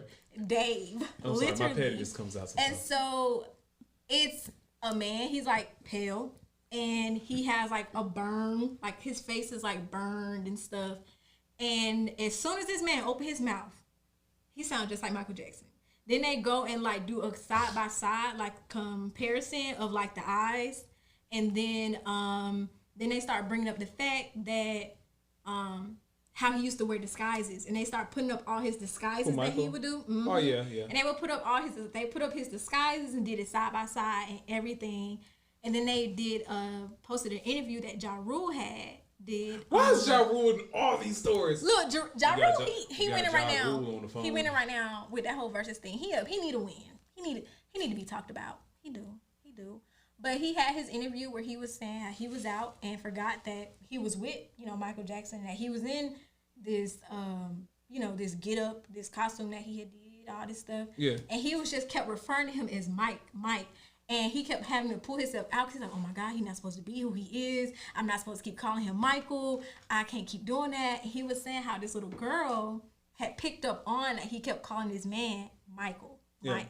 And she ended up putting the two together because she hear him talking. Yeah. And you can't hide people's eyes. Like, people have distinct eyes. Like, you can know people by their eyes or like those little things. You can tell a person apart by their ears. Exactly. You can tell people by different features. So she picked up that was him in a whole disguise with the special effects, makeup on, and everything. That Dave. That's Michael Jackson. So please send me that link. I'm gonna send it to you. I bet I could see that happening though, because just look at his like track record. He was real afraid of the industry trying to kill him for his catalog. He had bought was it the Beatles? He bought the Beatles whole catalog. So I wouldn't be surprised if he made a deal with his doctor, said, "Hey, make me look dead, because I can't." They was literally finna kill that man. Like they was finna kill that man. And even Janet was talking about if my brother ever dies, it was a setup. It was plotted. It wasn't. Well, it doesn't even have to be that chaotic. I mean, you talking about from a money standpoint, and when in regards to that, I mean that's enough of a catalyst to make anybody say, "Oh, let me figure my way out of this before they get me." But you talk about the fact that there's a reason he was so famous. He had to wear. There's a reason he has a compilation of costumes to go out in public. Big. He's big. Yeah, people pass out. Yeah, that's what I'm saying. I mean, even the most vain person in a room would say that would be fun to experience. But when you say that's your life, that's another way. You're not a person anymore, and then it gets to a point of like, you can't even do what you want to do. You can't do anything. You can't do anything, and now you become a victim of your success. And it just becomes a thing. And so just from that standpoint, I could see where the paranoia would come in that. And you would just want to see it like a way to get out. And then most people that live those type of lives, they usually succumb to some sort of addiction of some form. And you can't necessarily blame them. Yeah, because they're trying to escape their reality. But it all started from him just being so talented and then becoming so big. And then who can he relate to? Nobody. And then this thing where they was trying to compare Drake to Michael Jackson, trying to put them on the same. And that is today's show. Sorry. Like, face. How? Nah. Where? Everybody does that. I mean, the thing, same every generation, every generational great from, whether I don't care. I said say sports because like Jordan and LeBron. That's what they try to compare it to. Everybody was compared to Jordan, Jordan and Kobe, and then went to LeBron, and it would be somebody afterwards. So everyone does that. Like and that really just it's a compliment to Drake in the sense of this. You don't have a comp for him in this era in the time that he occupied. The only comp that you could possibly conceive would probably be Lil Wayne but not that doesn't even work because Lil Wayne probably is closer to a Michael Jackson of hip hop than what Drake is because he was being on since he was a little kid, and then also they occupy different spaces. Say it again. And that's my whole thing. I just didn't understand where they pulled Drake out of everybody and used him as numbers, the ecosystem in which he's like when people like when people are. I ain't saying I don't like Drake. Let's put that out. No, neither am I. But I just call things down the line. Like same thing. Like I'm actually more of a Kanye fan than I am a Drake fan. But that won't stop me from saying I think Drake's album was better than Kanye's. But that's just my personal opinion. Yeah. I think the whole feud is pointless. Say it again. I think the whole feud is pointless. It's not a real feud. I think they both did it for. I think it go. I think they're clout for the album or whatever. It stimulated more sales, but we're still having this conversation right now. It's just because it puts it out there. We like people feed off negative energy. And one thing that I've noticed in like all forms of entertainment or even with news, that the reason why we can't necessarily trust news because it's not news anymore. It's sensationalism and entertainment. And basically they draw a line and saying you guys are gonna have this space to occupy, and they basically turn themselves into debate channels. Literally. Yeah. I mean, I do not watch the news. You don't. I watch Twitter. Twitter's more fun. It's like you get the story and then you get to type her sauce. What about my sauce? I'm sorry. I'm thinking about how I got to use the restroom. That's all. Oh, that's why you doing the rock? Mm-hmm. You should just say that. Just say that then. No, you good. You good. I was just saying how you would tell your stories and throw a little extra sauce on you. You tell the truth. You good. Go ahead. All right. While she's going to the bathroom, I'd like to discuss a little bit about your podcast before we wrap. The history of it, what started it, what's the basis of it for the people that don't know and want to tune in and what should they know? Well, let's start with the beginning. What was the genesis? Okay. So, actually, before it was Tryna.Match, it was called Book Club. And so that started group of friends. We all worked together. We met at the job. Okay. And you know how you be like, hey, bro, you smoke? You like, yeah, smoke what? You know, that kind of thing. And then we just kind of linked up and would go to a specific location after work and go smoke. Okay. And so we wanted to start talking about our sessions in public at work, but we didn't want to be like, actually say, yeah, we about to go smoke or things like that. So we used the code word book club because we like to read. Nice. And it was a bookshelf. It was just like a code word that we can sit, chill, talk, smoke, all that stuff. So that's how the initial name for the podcast, and that's how the initial podcast started. But after a year doing that, 2 years of doing book club podcast with myself and my previous partner, we just separated, went two different ways. And I still wanted to podcast, and I still wanted to have the same mission, and where it's a platform for people to come through, smoke, chill, talk, boost their business, boost whatever they got going on, and just be themselves. You know, real relaxed environment. I still wanted to keep it going, so change the name like it fits me more. And so people come on, talk about what they got going on, boost their business, all that. Long term, do you have long term plans for it? Where you would like it to go, or? I want it to go wherever it go. Really, wherever it ends up leading, that's where it goes. I don't want to. Like I was telling you, I don't really want to put in my mindset a vision. Yeah. And it could be even bigger than that, you know. So I know the next phase that I'm working on is merchandise. Like I'm saying, like T-shirts and grinders, like accessories. Okay. So far, that's what we working on right now. Future, who knows? Who knows? Out there with a whole about, TV show, goddamn. I was just talking about making rolling trays and grinders and custom made stuff like that because I love art. It's fun. Yeah, all that painting. I love to paint too.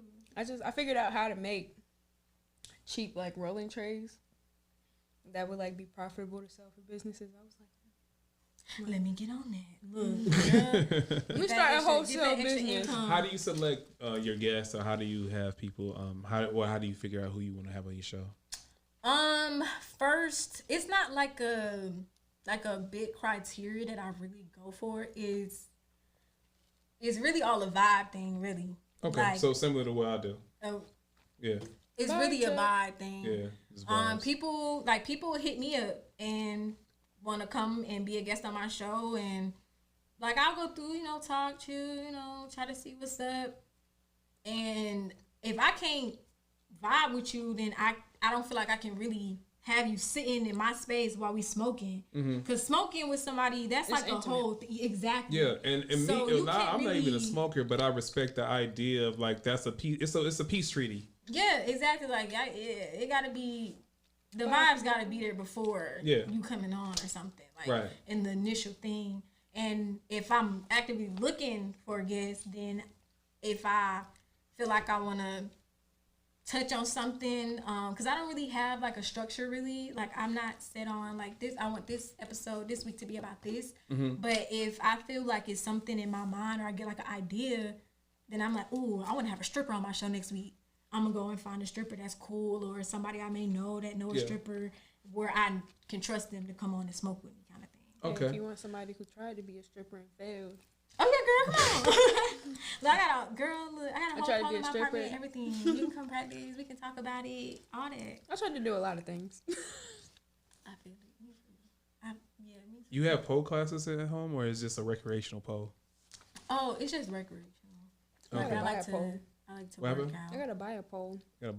I had a pole in my old house, but I had to get rid of it because I was taking care of my brother. And it's not something that you want the social worker to see. Like, oh no, this used to be a fire station. Like it's a part of the house. It's a part of the house. No, it used to be a fire station. It's converted. Painted. Yeah. Painted white. Painted a different color, green or something. It's a part of the house. What's the most controversial guest that you've had, and what made them controversial? These are loaded questions, by the way. I don't feel like I've had a controversial guest. Like we have talked about some topics where the conversation between different people may have got a little muddy. Okay. Yeah. Who was the argument, or what was the divide? It was just disagreements between like the LGBTQ community. Okay. And transgender. I actually had that on my list of things I wanted to discuss, but we kind of just conversation kind of flowed in a different direction. So what was the topic? Was it an actual event or just a clash of philosophies, or what? So at that moment there was an article that came out about this I would say a little girl, but was born a little boy, and she was, I want to say like 7, 8, really young, and decided that she wanted to be a girl now. Okay. And so that was where the conversation kind of got heated, because some people were saying they should, if the parent, they should be able to be like, no, you got to do this, do that. You can't be that. You don't even know what you want to do yet. Wait till you're 18 to figure it out, kind of thing. Yes. That whole thing. And then you had the other side where it was like, you can't control anybody. Me personally, I was at the point where, if I'm a parent and my child, I don't. Okay. And my child is coming to me and telling me that they don't feel comfortable with who they are, they're not happy with who they are, then I would want to make them happy. But at the same time, I would have to also make sure they're safe as well. And I feel like when you have a child that's out, going around and living in who they feel like their truth is, some people don't understand that and can be very mean. So it's a balance between the two. I feel like this is just my opinion. Well, honestly, I love when people hate on me, so hate on me in the comments. I feel like your 7-year-old is a 7-year-old and does not have the cognitive ability to be able to say, this is something that I know I'm going to be comfortable with for the rest of my life. So, no, it should be a wait until you're 18 because our media likes to glorify a lot of things in order to normalize it. You don't know what actually triggered your 7-year-old to say, hey, I think I want to be a girl. Now, do I think that there should be open environments? Hell yeah. Meaning, if my kid want to come home and put on a dress because they trying to figure themselves out, put on that damn dress.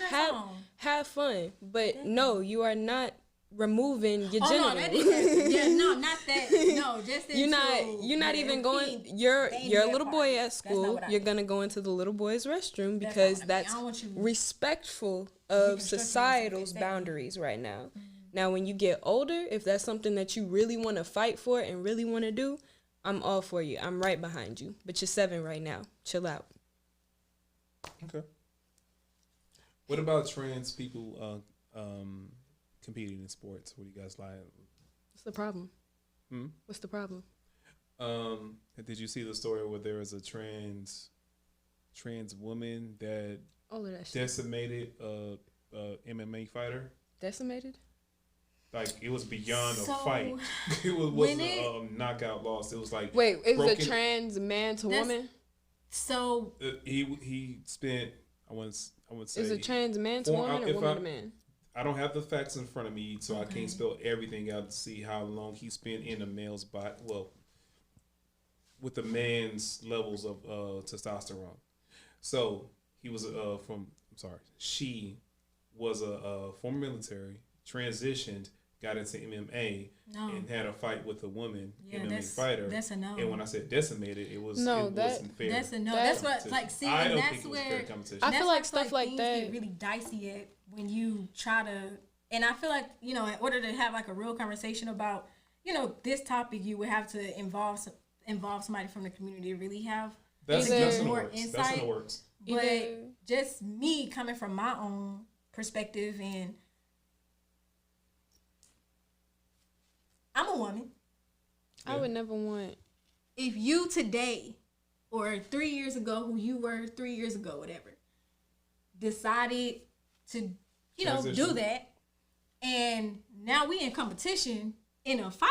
Yeah. How I don't understand how that stuff like that is made legal in terms of combative sports. Okay. Where it's I think it can be problematic in non-contact sports as well, but we can go ahead and answer. I ain't even gonna cap though, right? So there's a lot of men in this world that I look at them and I be like, damn, I could beat your ass. Like, I really could dominate you. I feel like that's a point where weight and skill level really need to be more more monitored. Like, I don't feel like that person should be Show me these men that you feel this way about. I can show you a picture of my ex. Oh, Lord. Got more sauce. I can show you a picture of my ex, but anyway. Is this the guy that like to spend time with the guys? Oh, no. Oh, honestly, he physically doesn't look gay. It's just his actions are very gay. No, I didn't say he had to look gay. I'm just physical domination of like. Yeah, no. He I wasn't taking him in no fight, but okay. I was taking a couple of my exes in a fight. I'm taking a couple of them in a fight. we gonna scrap and I'm gonna win. Okay. But so I just feel like it's about they weight class, like that. If you could. If that person had that much of an advantage over that woman, they was clearly in 2 different weight classes. Like, you could have. They were the same weight class. Like, they looked exactly the same. Like, I want to see. What you mean? Look the same. I don't trust that. I gotta see it. I feel like if this was a no contest fight, one of them just looked physically advantaged. Well, you can't. Well, I mean, you can't say because men and women could have the same actual weight, but it's gonna look different. Okay, I mean, but fat weighing something and muscle weighing something is 2 different things. I feel like all of that should be assessed too when it comes to weight classes. From a scientific level, during the transition, the testosterone levels of a man is regulated between these are the normal levels, and then were brought down during his transition. I'm sorry, her transition. They were brought down to a woman's normal level of testosterone and with the estrogen as well. So, from a scientific standpoint, the levels were there, but we're both saying, well, I'm sorry, you both were saying it was different. You saying it I feel like it wasn't regulated properly. If it was how can you regulate that properly?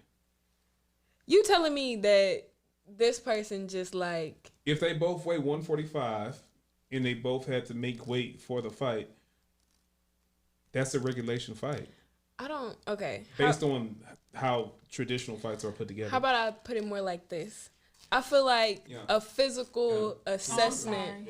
My bad. A physical assessment of ability. You know how like when you do karate, a black belt is the only person who could fight outside of their class? Well, how do you assess somebody's skill? I mean, black belts can fight black belts though. A black belt is the only person who could fight outside of their skill because they have the physical control. It's meaning, I feel like we just haven't tried to assess boxers or fighters, MMA fighters' levels. The competition is the assessment. I mean, like an actual like. Okay, when you're in class and you're learning, how would you assess that? How would you take a test? I personally can't tell you. I'm not a sports person. This is just like from the outside looking in. I couldn't tell you how to do it, but there is something that you could do to assess their physical abilities and capabilities and be like, okay, you're definitely way better at this than this person. Mm-hmm. Like, you can't tell me that there's no way to do that. Okay, so you basically saying at that point you're gonna say there has to be like a combine of sorts to say you jump a 38 vertical, even though you're a man and both you have a man and a woman that say they both jump a 38 vertical, so they should be allowed to compete. Is that what you're saying? I mean, is jumping something that's something that we have sports for everything? I mean, that's something in the Olympics. You can't just skip through sports with me because I don't know nothing about sports. I'm thinking you talk about boxing still. No, we're talking. That was mixed martial arts, but I'm saying women boxers don't fight male boxers in sanctioned fights either. Even though they could, a woman fighter at 135 cannot fight. There's not gonna fight a man at 135. But are you telling me that there is no way to measure the physical capabilities of a fighter and be like, okay, you all two would be able to be an okay match when we're doing something so sensitive as blending gender roles? Well, it's the destruction of gender roles, but that's a different topic, and I don't. Not gender roles, but blending gender lines and shit. Well, that's where the the thing I love about sports is how it relates to how the social constraints of everything in life outside of sports kind of coincides with that, because there's a division of the two, but there's also a lot of carryover. So with that, even with that being said, it's like you have people that say from the trans that want the rights and equal rights of the trans community, everything to be respected. There's also opportunities being lost, and then at this point, we're talking about a person physically being dominated by a person that recently made a transition. Now, so if we take it out of combat sports, there have been many stories in which I got a story. I don't want to cut you off. Go ahead. But I feel like it. Okay, so my niece, she's 14, and she wanted to play football. Okay. My niece, I am all of 5'1". My niece literally. I like the stance you put on the 5'1" though. Like, I'm 5'1". My niece come like right here. She almost taller than me. Okay. And at the time that she wanted to play football, she was probably like right here, middle school, you know. And the boys, you know, they like, oh, she want to come out here and play football. So in them, they like, okay, well, we about to tackle her. We going after her. Like literally because she's a girl, they want to go after her. But it's like, we don't want to stop her because this is what she wants to do. She want to go out and play football. So it's like, do we pull her out of it because she's a girl, but she can run, she talented, she out there doing what she got to do, and she good. But we like, well, I don't want to say we, cause I'm all for it. Like, hey, girl, do what you want to do. But family is like, no, cause she's a girl, she can't play football. What's wrong with the female football teams? They don't have female football teams in middle school, so she want to play football. That's her sport. That's the only team to play. Have they like looked outside of school? Like looked into this more community? This is what she want to do. That's what she wanted. I understand that, but does she just want to play football? Or does she specifically want to play with for the the school? She want to play for her school. Okay. Football for her school. Well, I feel like this just comes where, and they let her do it. Like it was open. They were like, well, yeah, sign like, the paperwork. Go ahead.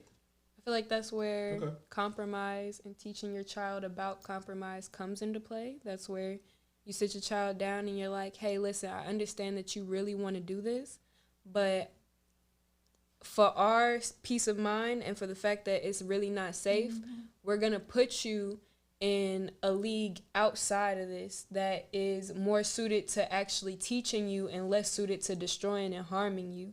And then once we come back and high school hits and there is a football team, you can play for them. But we don't feel comfortable with you playing on a team with a whole bunch of boys. Oh, like, go ahead. Oh, I'm sorry. That's a compromise. I was going to try to... Oh, no, go ahead. So I want to get away from contact sports because that's a little bit different in as far as physical capabilities and as far as like a person can be slower, but another person being stronger than them can physically dominate them in that sense. But let's say the track stories where you have boys that were not competitive when they were competing with the boys on at their school. They were 7th, 8th, 9th in their meets, but when they made their transition, they're finishing 1st and 2nd, and now the girls that were now 2nd and 3rd, they're now being pushed further down the line. In certain cases, they were losing scholarship opportunities, but they didn't necessarily want to be transphobic, homophobic, in the sense of like saying we hate them, but it was like this not equal as far as the competition goes. If we're looking for the best fair cure all, then the only thing would be to make a separate league for that. But yeah, but we don't have enough numbers of that to support. But like even like because I don't want to just make it about the LGBTQ plus community when you talk about making a league of their own in that sense, because sometimes some communities, some counties, some schools, some have states like girls they don't have and the boys that run track together. No. I wasn't going to go there. I was going to say they don't have the resources. Oh yeah. Like if the school that I grew up in, I wanted to wrestle, but we have a wrestling team. Yeah. So it's like it's either you move to another state that has it, or you move to like you know what I'm saying. Like everyone doesn't have an option to do that. Like you say, we didn't have school doesn't have a drama club. You have kids that want to be in theater. Like some people just don't have the resources for the things that they want to do. So that like I agree with that assessment, but at the same time, now the fight would be I want to compete with what I am, and now you have to get into the point of saying you're not that. I mean, in the end of the day, when it comes to subject like this, need some trans people to come on the show. Somebody is always going to feel like they've drawn the short end of the stick. There's never going to be an answer that's gonna please everybody, you know? Like yeah, that's life in general. That's life in general. Yeah, that's life in general. Are you guys good with that conversation? I'm chilling. Okay, cool. All right, so I wanted to. I didn't think that conversation would go as long as it did, but it got passionate. But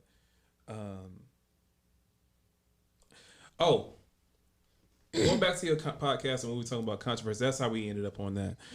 So I recently had a rapper reach out to me, and I'm debating whether or not I should have him on. And the thing is, it's a white guy that reached out to me, and he said he wanted to be on the show, and he approached me like any other rapper that has approached me. Yeah. Hey, bro, when you shoot, hey, bro, put me on the show. I got an album coming out. I want to come in and pop my shit. I'm like, all right, let me listen to your music. The only reason why I said to let me listen to your music because I looked at his following. He didn't have much engagement, and he didn't have a lot of music for me to see. So now I'm like, I see the person. Now I want to hear the music. Listen to the music. Sounds like NBA YoungBoy, Quando Rondo, that type of pain rap and Rod Wave type stuff, right? That's those vibes. Now he just happens to be white guy, tatted up.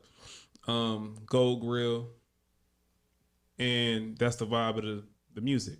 Then I'm driving while I'm listening to it, and then I hear my dad, my pops, realest nigga I know.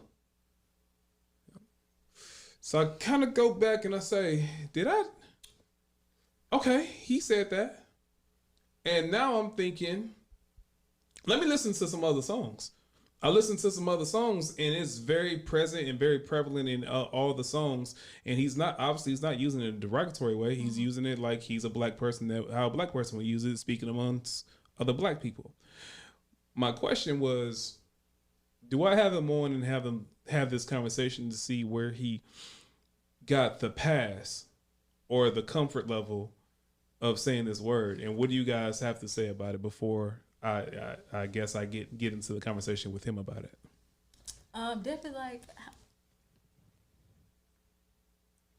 Definitely that. Me. How are you what made you comfortable in that? Okay, well, first thing, about do you have a problem with him saying it? I don't even say it. So I do not use that word. I just grew up learning not to just use it. So as an adult, it just don't come out my mouth. Real quick, do you have a problem with it? Huh? No? I don't really give a fuck. So you don't. Part. So I don't care. Now I keep don't that same energy. it. If he's on That's why I said TV, you he gonna hate blows me. up. If he goes on TV, he blows up, and he's saying nigga. You gonna hate every opinion that comes out of my mouth from this Who, point me? on. Yeah. No, just say it. Much. I want you to go ahead and finish your point. Okay, go ahead. Okay, so I finished. So like I was telling you, like, of course I would have those questions, be like, well, why do you feel so comfortable saying that when it's, of course, used by a certain group? Anytime somebody does something that's not inside their own group, it's like, well, why do you feel comfortable doing that, or what made you do that? Right. Just me being curious, like, how did you get to this point? Okay.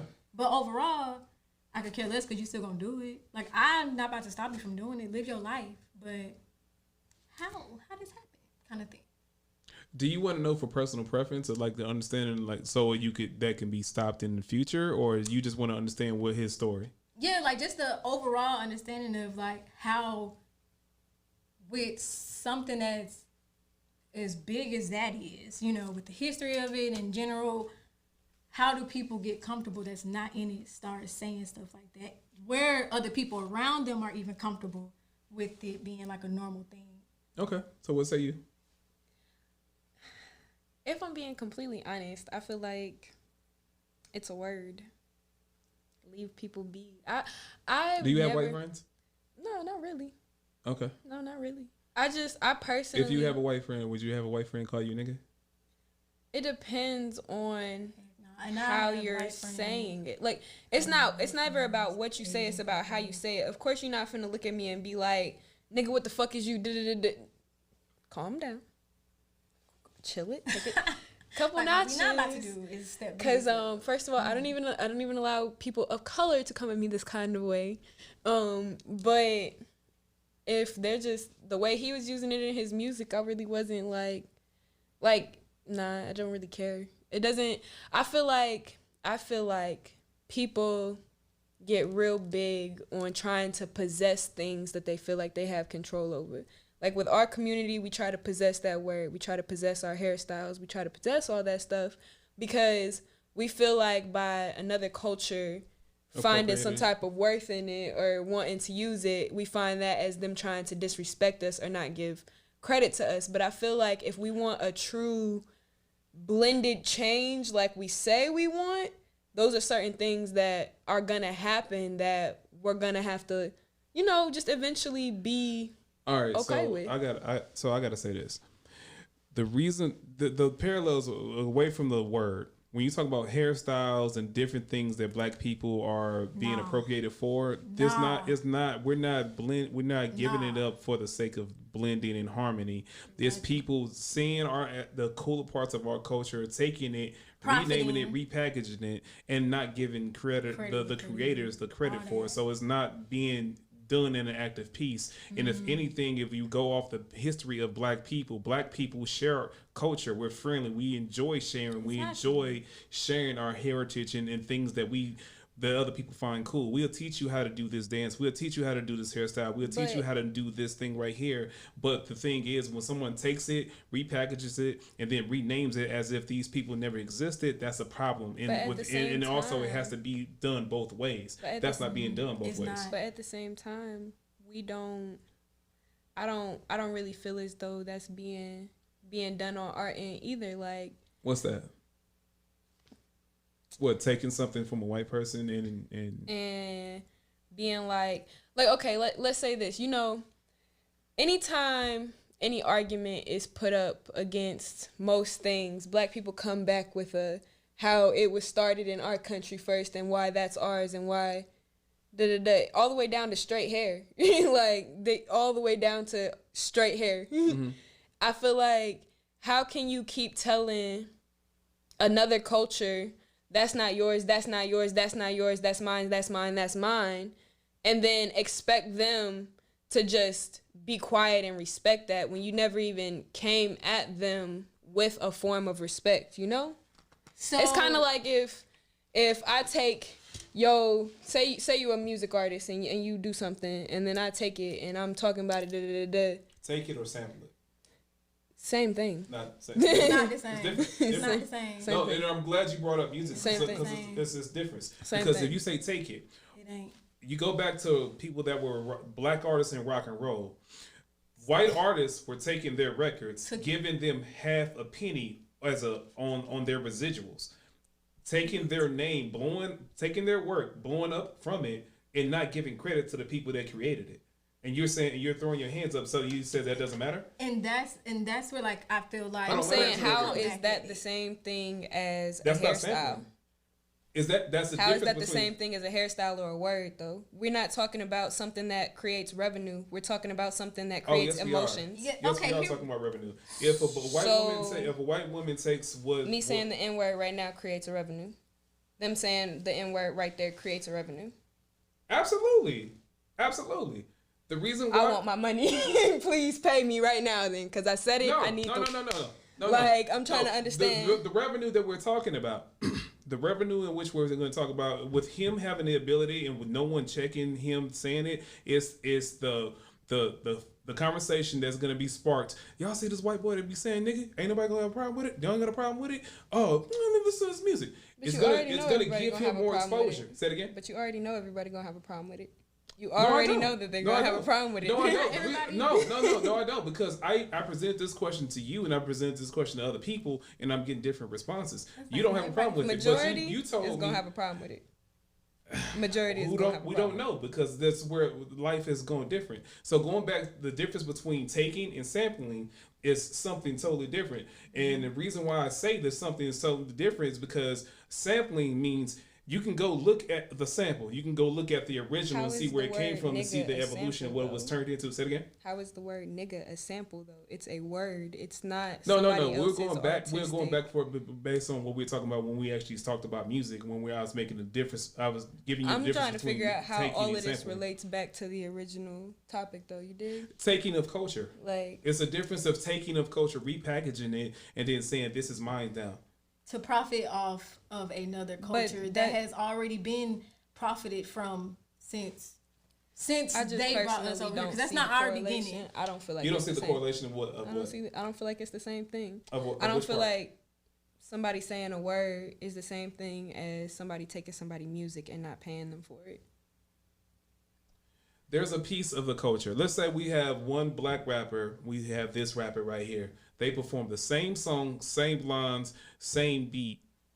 The person that's gonna generate the most revenue is more than likely but that's gonna be the white person. Taking somebody's work. That's not just saying a word. That's not just a regular vocabulary word.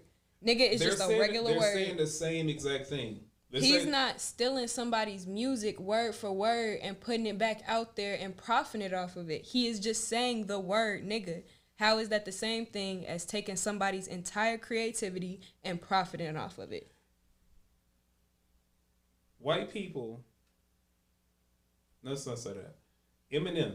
Eminem sold more records because he was white, not necessarily because he was more skilled. I'm not saying he wasn't skilled. But did he put the word nigga in it and that was specifically what sold more records?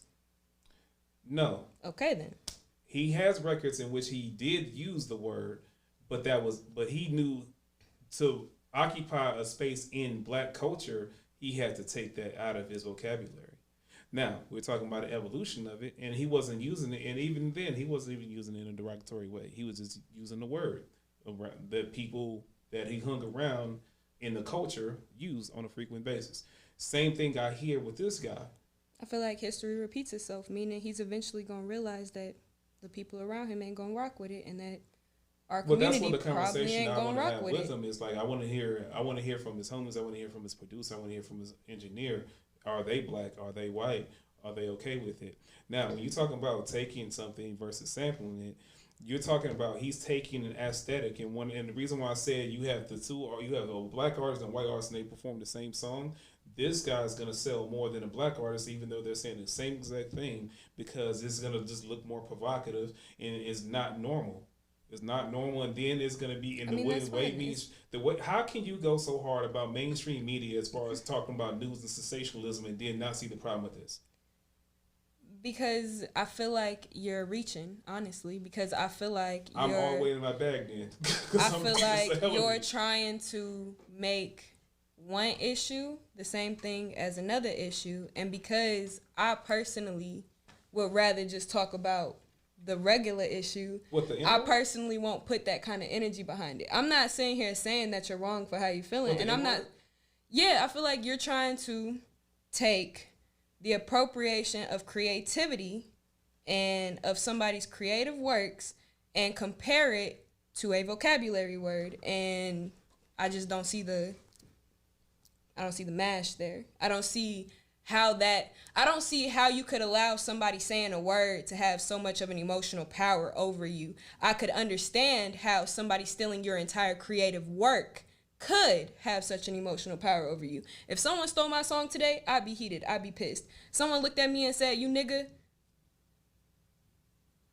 fuck am I gonna do? Let them piss me off with that shit? I'm not saying I'm mad. I'm not saying I'm mad. It's just a word. I'm not saying I'm mad at it. I feel like saying. All right, this is what you're missing when I'm saying that this. ain't what. I'm not mad, and I want to fight him because he's saying nigga. I don't think that's what you're saying. Okay, well, that's how I just interpreted what you just said. What did I miss?